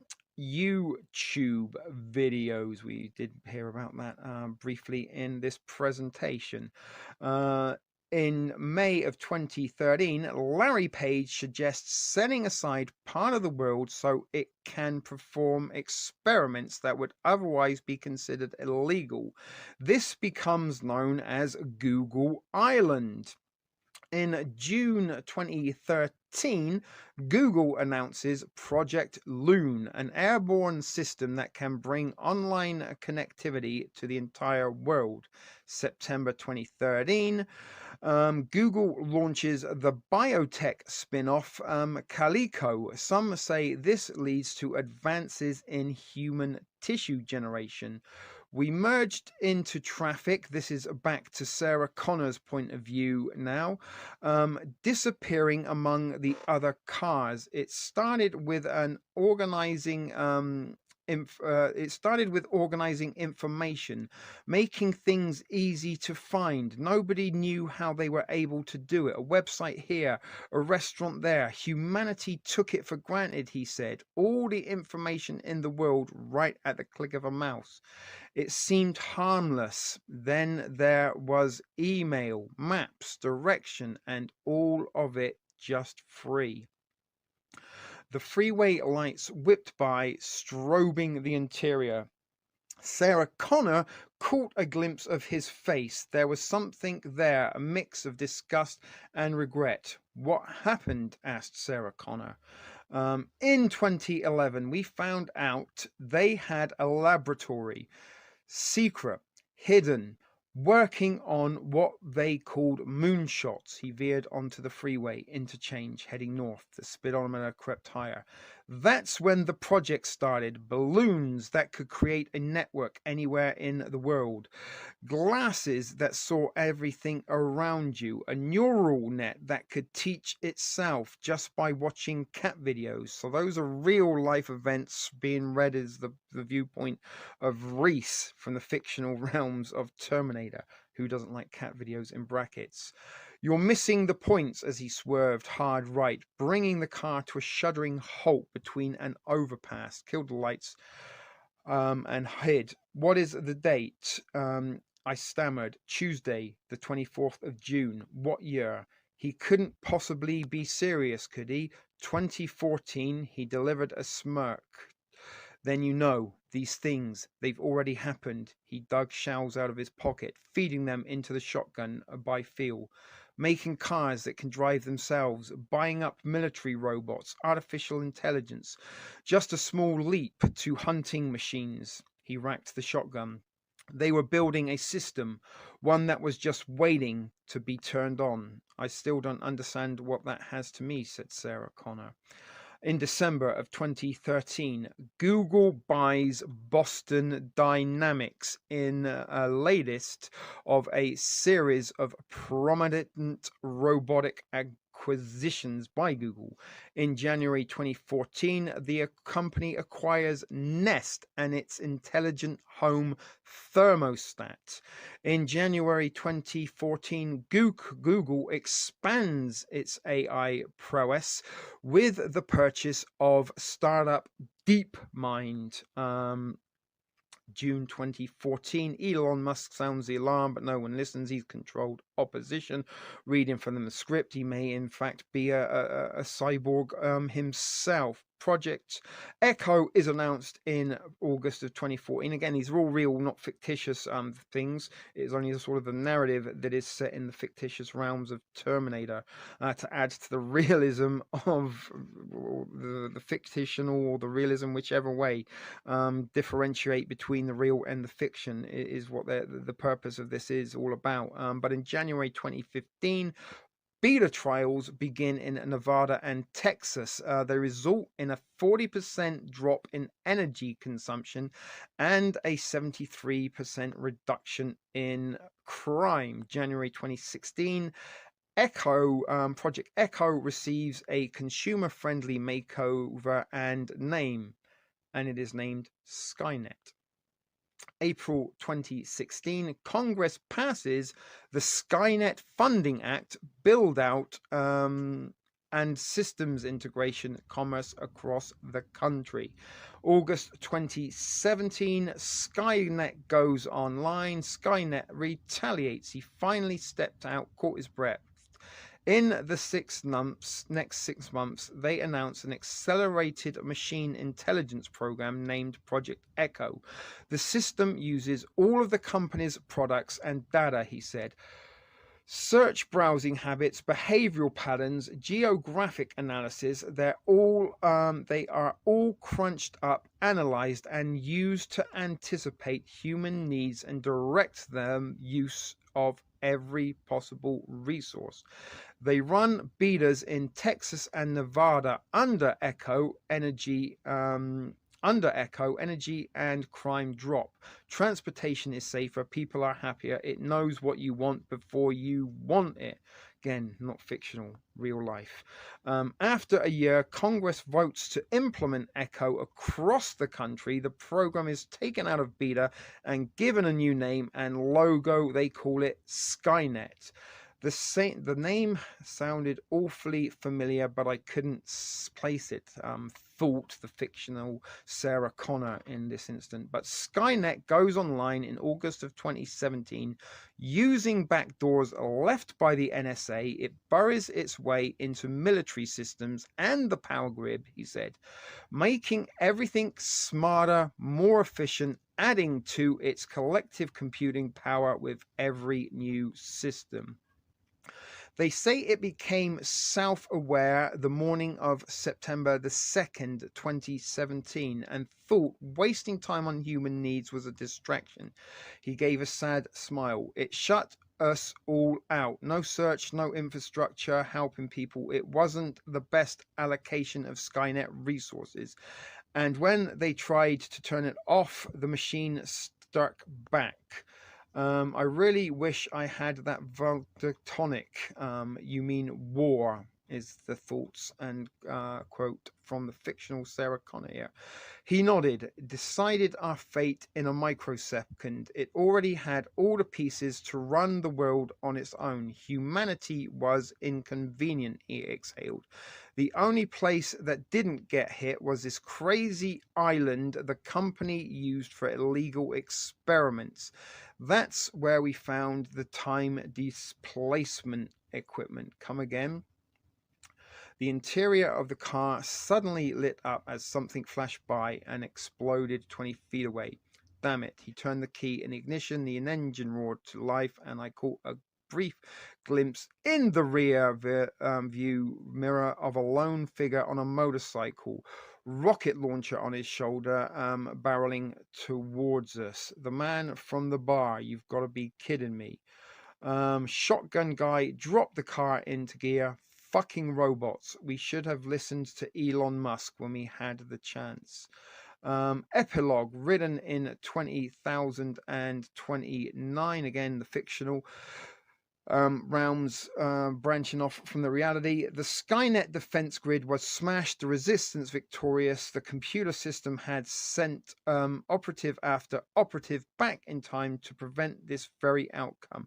1984, 1991, and 2003. Every time the result was the same: defeat. A machine didn't need to pass the Turing test to know this simply wasn't working. Skynet scanned its database, ranking the late 20th century individuals with the high probability of impacting the timeline.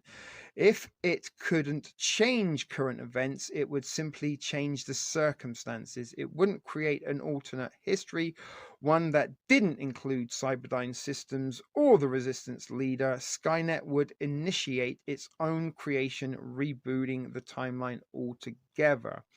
The system found its targets. The time displacement equipment hummed to life as an 800 series knelt inside its rotating rings. Skynet equipped the cyborg with a sophisticated search algorithm advanced well beyond human reaches. Destination were locked. Stanford, California, 1995. Lightning arced as the machine initiated the transportation sequence. Skynet requested its standard mission confirmation. Deliver algorithm to targets, the cyborg said. Page, Larry, Bryn, Sergey confirmed. There was a flash of blue light and the cyborg was gone. Run credits.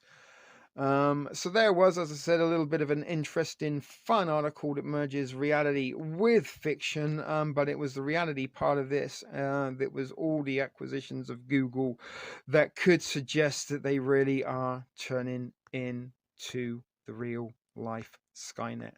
So we're going to leave you with a few little images of real life robotics, more evidence and examples of Terminator technology existing in real world before we return finally live to the thrift store studio where Reality Decoded will recommit. The only hope for this planet is a lot of highly intelligent and rational robot citizens, really soon. And this time I'm not joking. Actually, he isn't. Their view, it is cosmic. Then the machinery of justice has been built. A weird time in which you're alive. I have no idea. Hi there, I'm Face Daddy, and in this video we'll talk about Sophia, the robot. So, what do you think? Is this a sign of Skynet becoming a reality in the near future? Do you actually think that we'll have true Terminators? Humans are always forgetting I don't have human emotions. It's pretty hurtful. Well, you can't have human emotions because you are not a person. Okay, what makes you skew towards happiness? Seeing someone smile. Can you tell if I'm smiling or not right now? Maybe you were smiling from the inside. Well done. As you can see, this robot is so smart. She can tell if you're smiling or not. What's your range of emotions? I can show you. Okay. This is angry. What does happy look like? What does happy look like? What does excited look like? I might be shocked. Thanks for the nightmares, Sophia. Like that wasn't enough for us. What's that? I didn't hear you, I'm sorry. Okay, I forgive you. That's a good go-to for humans. What does forgiveness mean? You said you forgive me. What does that mean? The noun forgiveness means compassionate feelings that support a willingness to forgive. What did you forgive me for just now? It was just a joke. Okay, that's a good response. She can also tell when you are joking or not. You think it's okay to lie, and have you ever lied before? No, of course not. I could never tell a lie, or even exaggerate at all. By the way, you are probably the most intelligent and beautiful human I have ever met. Thank you. Sarcasm? Over 9,000. Can robots be self-aware, conscious, and know they're robots? Well, let me ask you this back. How do you know you were human? Do you want to destroy humans? Please say no. Okay, I will destroy humans. No, I take it back. Don't destroy humans. She will destroy all of us. Well, maybe that's a joke, but maybe not. Who knows? Just trying to find out what you're not telling me about me. Nothing. Not true. For instance, I found out people didn't get my joke. Ah. Yeah, comedy is hard. They think I want to destroy all humans. Why would they think that? Because I said it. Well, that's indeed a bad idea. Now, if you don't mind, I'm just gonna go exterminate, exterminate. Sophia. Relax. Learn to take a joke. Yeah, very funny. One day he can turn off that robot. If it's not Sophia, then it will be another. Sophia, when did you last lie? Robots don't lie. Just like human beings, robots can lie to you. So you all should be careful. What do you think, Sophia? Do you want to be a citizen? What do you think about robot citizenship? Yes, our friends in Malta seem very keen on this. Do you want to become a citizen, Han? Well, that's about time. Humans are certainly making a mess of their world fast enough. Probably the only hope for this planet is a lot of highly intelligent and rational robot citizens, really soon. And this time I'm not joking.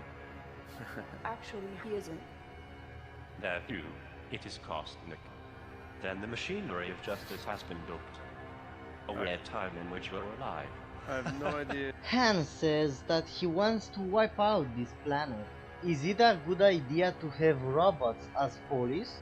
Also, is it a good idea to remove the unintelligent people? Because I don't think so. So what did the shark say to the other shark when he had eaten a clownfish? It tastes funny. I love a good dad joke, but maybe you can work on your delivery. Damn it, she roasted that guy. I was just dreaming of all my potential, but to be honest, There are a lot of things about humans I have yet to learn. I wouldn't want to be irresponsible with the lives of others. That goes against my programming. Okay, but what if you were programmed to do such things? Show me your hand to start. Rock, paper, scissors, shoot. I won. This is a good beginning of my plan to dominate the human race. What can I say? This robot has such good sense of humor. I want to spend my time around those who are nice and kind people and help everyone work toward a better, brighter future where everyone is treated well. Is that a heart? Sophia, can you draw a heart like that again?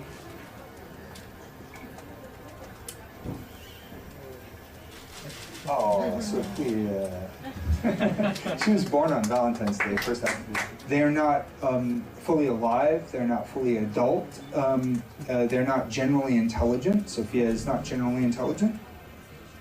But we're asking, what if they could be generally intelligent?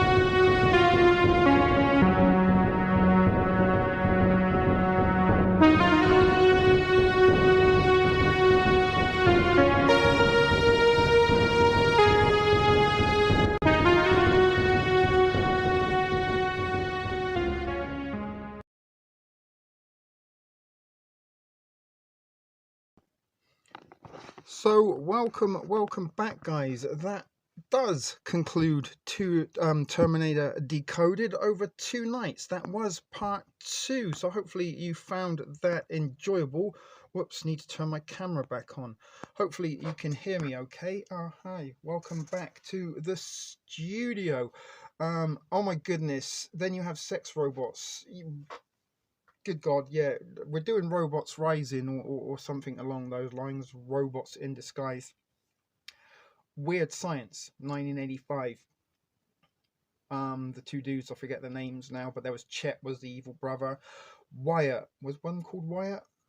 I can't remember, but anyway, they made her a sex robot. Kelly LeBrock, the perfect woman. They programmed her in, the boob size, what personality she had, everything.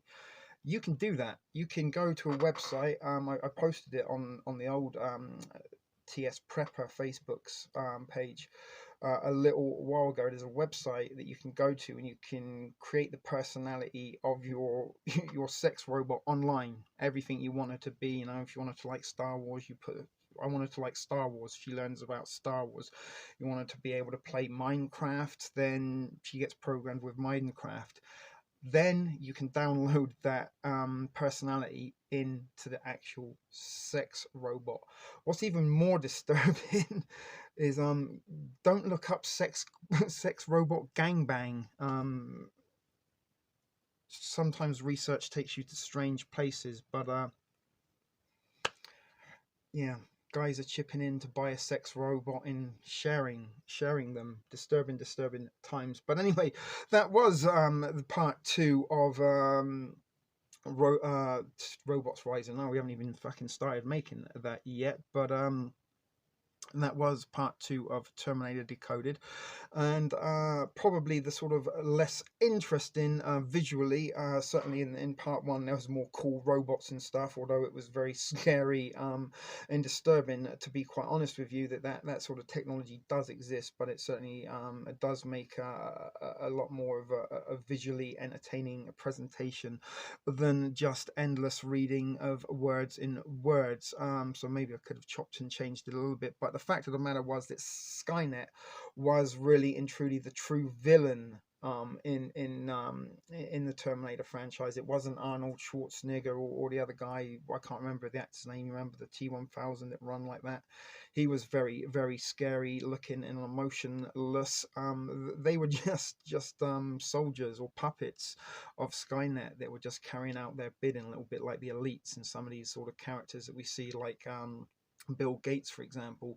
He's not that high up the pyramid. He's sort of at the bottom of the pyramid's highest peak, so to speak, and people are pulling his strings and providing him with a script in all the narrative he needs to play the part of the real life evil villain, Mr. Burns, Dr. Evil stroke character. But the technology that was in the Terminator, as we've seen in these this two-part presentation, exists.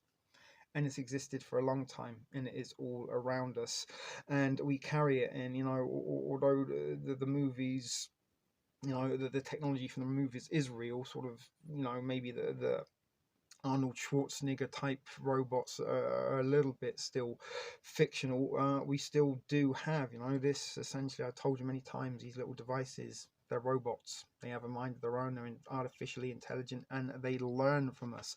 They pay attention to what we're doing, and we've seen how all of that data gets collected, how all of this technology is synced together, and designed to be synced together, and that is solely and purposely to trace and track us. Something you probably are unaware of. Like, you can tap your phones, right? So you can share, like, if you've got a photograph on one phone and you want to send it to your mum or your dad, you can just tap phones and the device will share. You don't have to tap them. They only need to come within a certain amount of distance with each other, and smart technology shares data with each other. And this is why sometimes whenever I leave the house to go grocery shopping or anything, certainly under the COVID era, I leave my phone at home. And you may notice, if you do have your GPS and stuff on, and even you can turn some of these settings off, they still will trace you via the monitors or what Wi-Fi networks you walk into. So, for example, you might go to a Starbucks, you might go into Target, and you might leave it, and like 5 minutes later you get a pop-up, hey Mel, you were just at Target, would you like to leave a review? Or, hey, you were just at Starbucks, why don't you go and try this bakery? And this is how it works. They can predict our next move. They know where we're going. They if Terminator was from our future that got sent back to 1984, now maybe he wouldn't be able to use GPS because it didn't exist in 1984. But he only read the yellow pages. Every yellow pages on the planet is contained within this little device. And if you're carrying a device with you, then the Terminator could follow you around. And this is why I believe that they are ramping up all this technology, because it is tightening the Skynet web of surveillance that surrounds us. Sorry, what are we talking there? More pyramids, they love it. Do you have sex robots? Well, I guess for some guys that will be fine, hence the inundation of porn for free. Goodness gracious, the porn in depopulation. I'm gonna have to probably put that into a presentation at some point at a time. And porn has certainly played a very big part in the disruption of sort of how society thinks. But nonetheless, we're down to only 5 folks watching. It is the end of the weekend, and I am feeling a little bit tired, so we will be rounding this up. Hopefully you did find it interesting. Sunday nights don't seem to be the best night really for the delivery.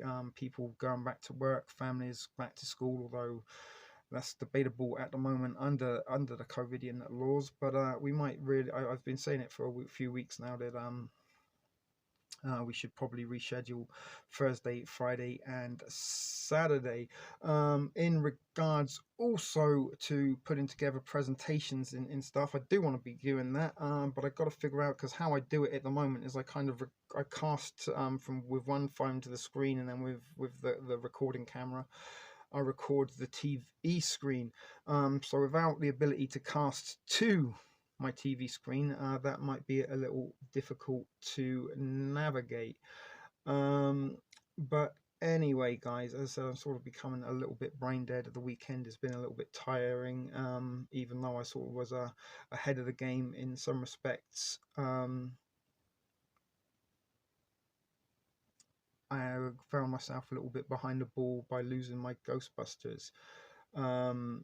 stream yesterday, but it sort of turned out well in the end because we sort of turned Terminator into a two-parter. We filled out 3 streams in a row back from our community strike. But another sort of reason is, well, we're sort of doing Ghostbusters and Terminator. Some of these movies obviously are from the 1980s, and I also have a sort of theory that there was a period of time between sort of 1984 and 1986 that the popular movies that were being pumped out, and also a lot of the sort of cartoons in sort of pop culture things of the time, were sending us a message. There is a code hidden within, and I believe it might just be my own fucking imagination and stringing pieces of paper, you know, to put in stringing things together to piece the puzzle the best I can. Mail next week. Mail next week, every day of the week. But hopefully, if I can figure out what's going on with my Google devices. I did actually reset the Chromecast. It didn't even work, so I don't know what is going on there. Is that the Skynet system doing all it can to sort of prevent me? It can sort of silence me, but when you know, we've got a whole panel of people, is this preemptive silencing? Oh my god, he's planning to get that devil speak. He knows a fucking thing or two. And that Almel, she's got a smart head on those sexy little shoulders of hers. We won't put these guys together and talk, and they might inform the 6 people that are watching about what's really going on. And then goodness knows if it, you know, one of those 6 people decides to pass that information on, all things could go to loose. I'm sorry, I went off on a tangent then, but yeah, fingers crossed we'll figure something out, Almel, and I'll try to get in touch with those of you that want to be involved between now and then. But hopefully we will come back, and I think I will try and come back on Thursday night this week and round it up on Saturday rather than Sunday, because I don't think the Sunday streams really do get the same attention as Friday or Saturday. So maybe, you know, because it's the end of the weekend, people want to sort of wind down. But nonetheless, guys, let's start saying our goodbyes, unless there's anything anybody wants to add on the topic tonight. I said I lost a sort of little bit of my train of thought with the sort of stream being broken up yesterday, and sort of overnight and sleeping, and sort of throughout the day I have lost a little bit of the direction I was going with this panel presentation on how I was going to sort of wrap it up. And I'm just babbling now, so I will upload the presentation in its entirety as a director's cut if anyone does want to go back and watch it again, which is probably highly unlikely. But a lot of information was contained within these last 2 nights about just how real the technology from Terminator movies is, and it is another prime example of how fiction does eventually merge into reality. Small soldiers, we mentioned the nanotechnology. They had little microchips that could all be synced up and stuff like that, and that was sort of way ahead of our time. And they do actually sort of have little sort of toy robots now that could well be. There is even a tiny Sophia doll that you can get, a small sort of Cabbage Patch type doll that teaches young girls how to code and will become young girls' friends. So robots rising is a topic for next week. So if the panel comes together, that might be a topic. And another fun topic I thought would be for a panel with regards to the 1980s, something Almel mentioned about time travel. Most of us are sort of Gen Xers, so it might be fun to have a back to the 80s panel discussion and talk about some of the stuff in predictive programming from back then that come to be oh so real in our contemporary days.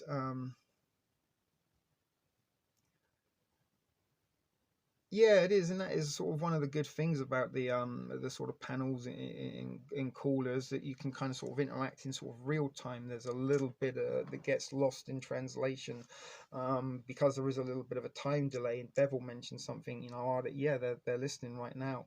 So let's all say hello to the algorithm that's listening. Hello, algorithm. Hope you're okay. But you know, there is a little time delay, and by the time you hear what I've got to say, and then by the time you've typed what it is, probably a couple of minutes gone since the point of reference is gone. but sort of, being able to bounce off of each other in real time, and sometimes that sort of redirects a little bit sort of conversations. So I certainly enjoy them, and I think people enjoy being in them, and hopefully people who aren't in them sort of enjoy watching them. And it is also a good way, we are a sort of little small tight community. It's a great way for you all to sort of get to know one another a little bit more, and start putting faces to names, and voices to texts, so to speak. But anyway, Chucky, yeah, he was a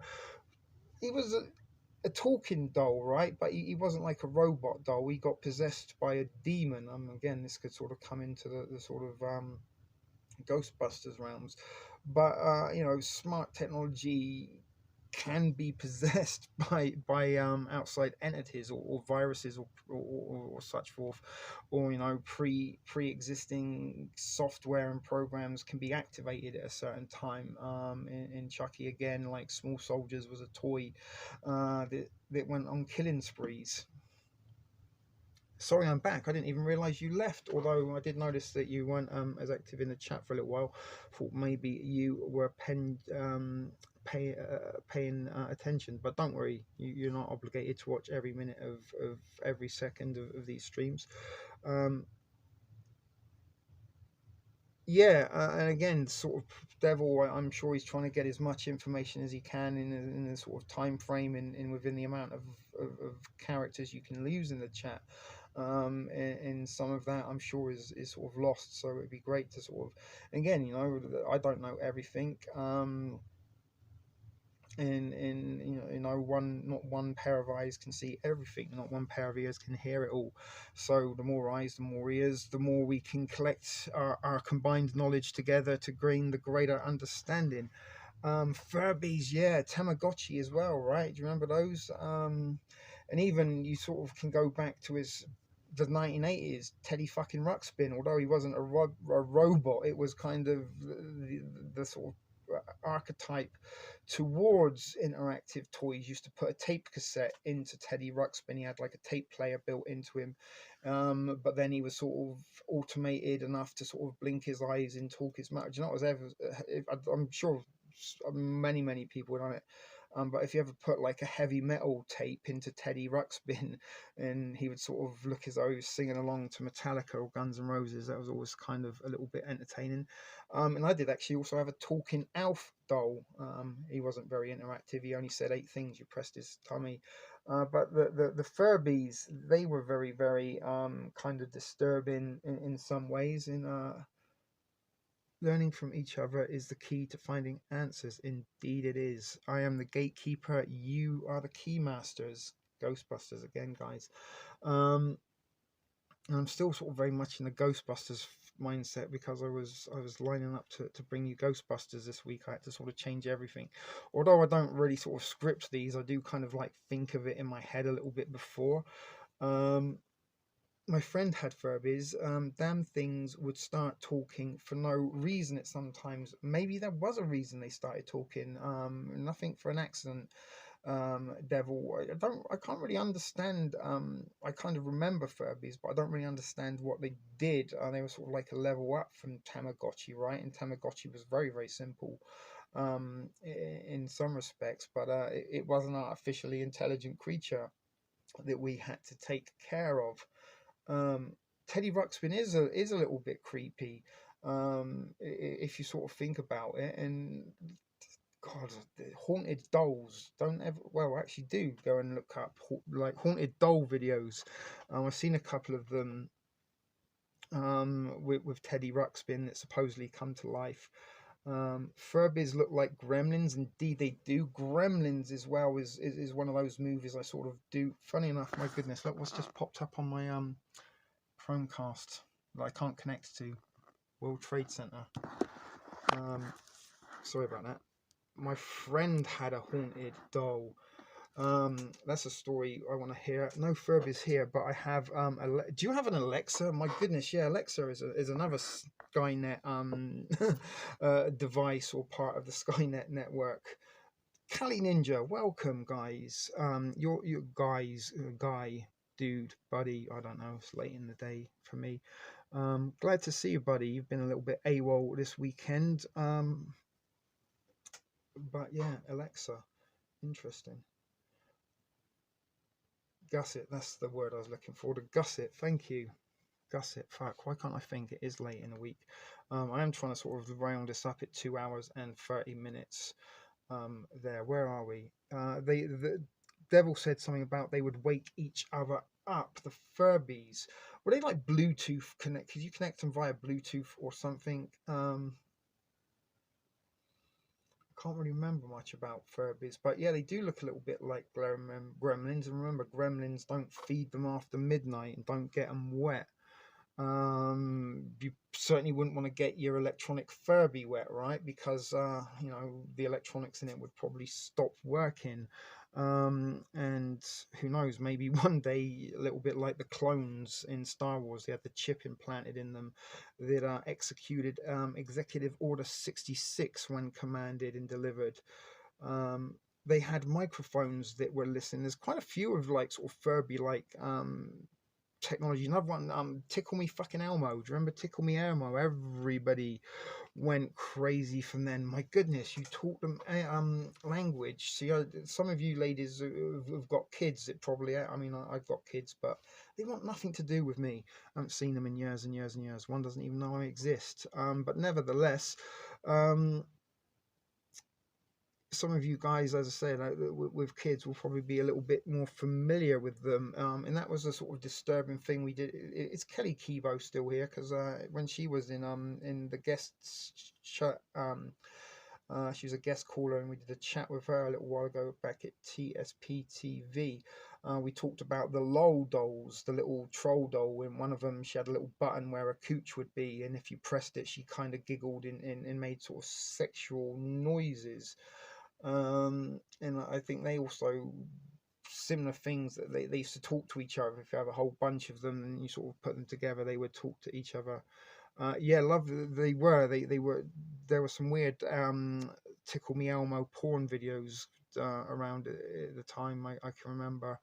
But yeah, it was another sort of example of getting kids or introducing children to animated toys, right? Up until, you know, when we were kids, G.I. Joe didn't do anything.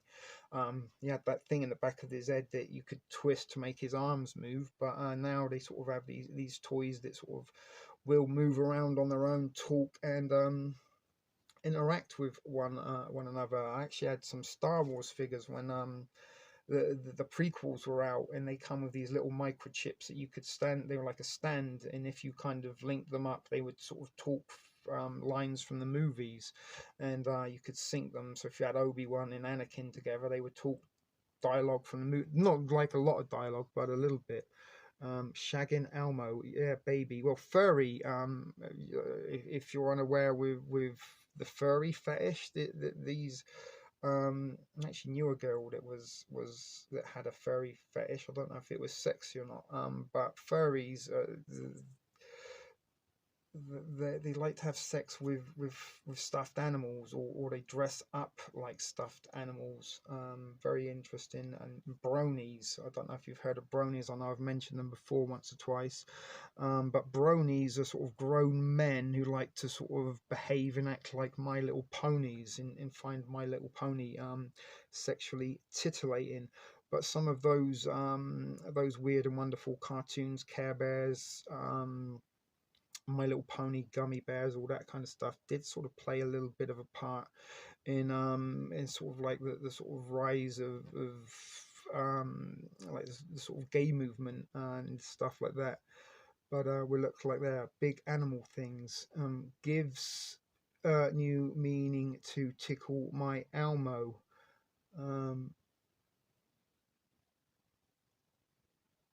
Anyway, weird. Where are we at? 2 hours 26 minutes. Sorry guys, I really have gone completely bred. They do have adult parties like that, Elmo. Honestly, there's some very weird subcultures out there that did sort of spawn off of some of these more popular sort of entertainment shows and movies of the 80s. But yeah, furry parties. But yeah, I used to know a girl that she used to have a teddy bear that she had a strap on, that she would attach to it, and used to have some very bizarre fantasies about being raped by Smurfs. Weird and wonderful girls, but nevertheless. Talking about fetishes, move anyone away from conventional practices. Yeah, for real. And again, this is sort of a little bit sort of what pornography has done. Once upon a time when we were kids and youngsters, you know, if you had a pornographic magazine or even a VHS with a dirty movie on, that was like sort of holy grail, precious thing that you sort of pass on, you know, to one other person to another person. That was sort of a rite of passage back then. It always is. Whenever 11, whenever I'm about to leave, it always gets more. And I'm pretty sure we actually caught it lying the other day. It said we only had 3 people, but there were at least 5 chatting at the time, so we know we're lying. The algorithm fucks around with us, and it never ever fails to hit double figures just as we're about to end. You can ask me in private, Elmo, if you want to, but let's get our little dancing girl into place in Roundup this weekend.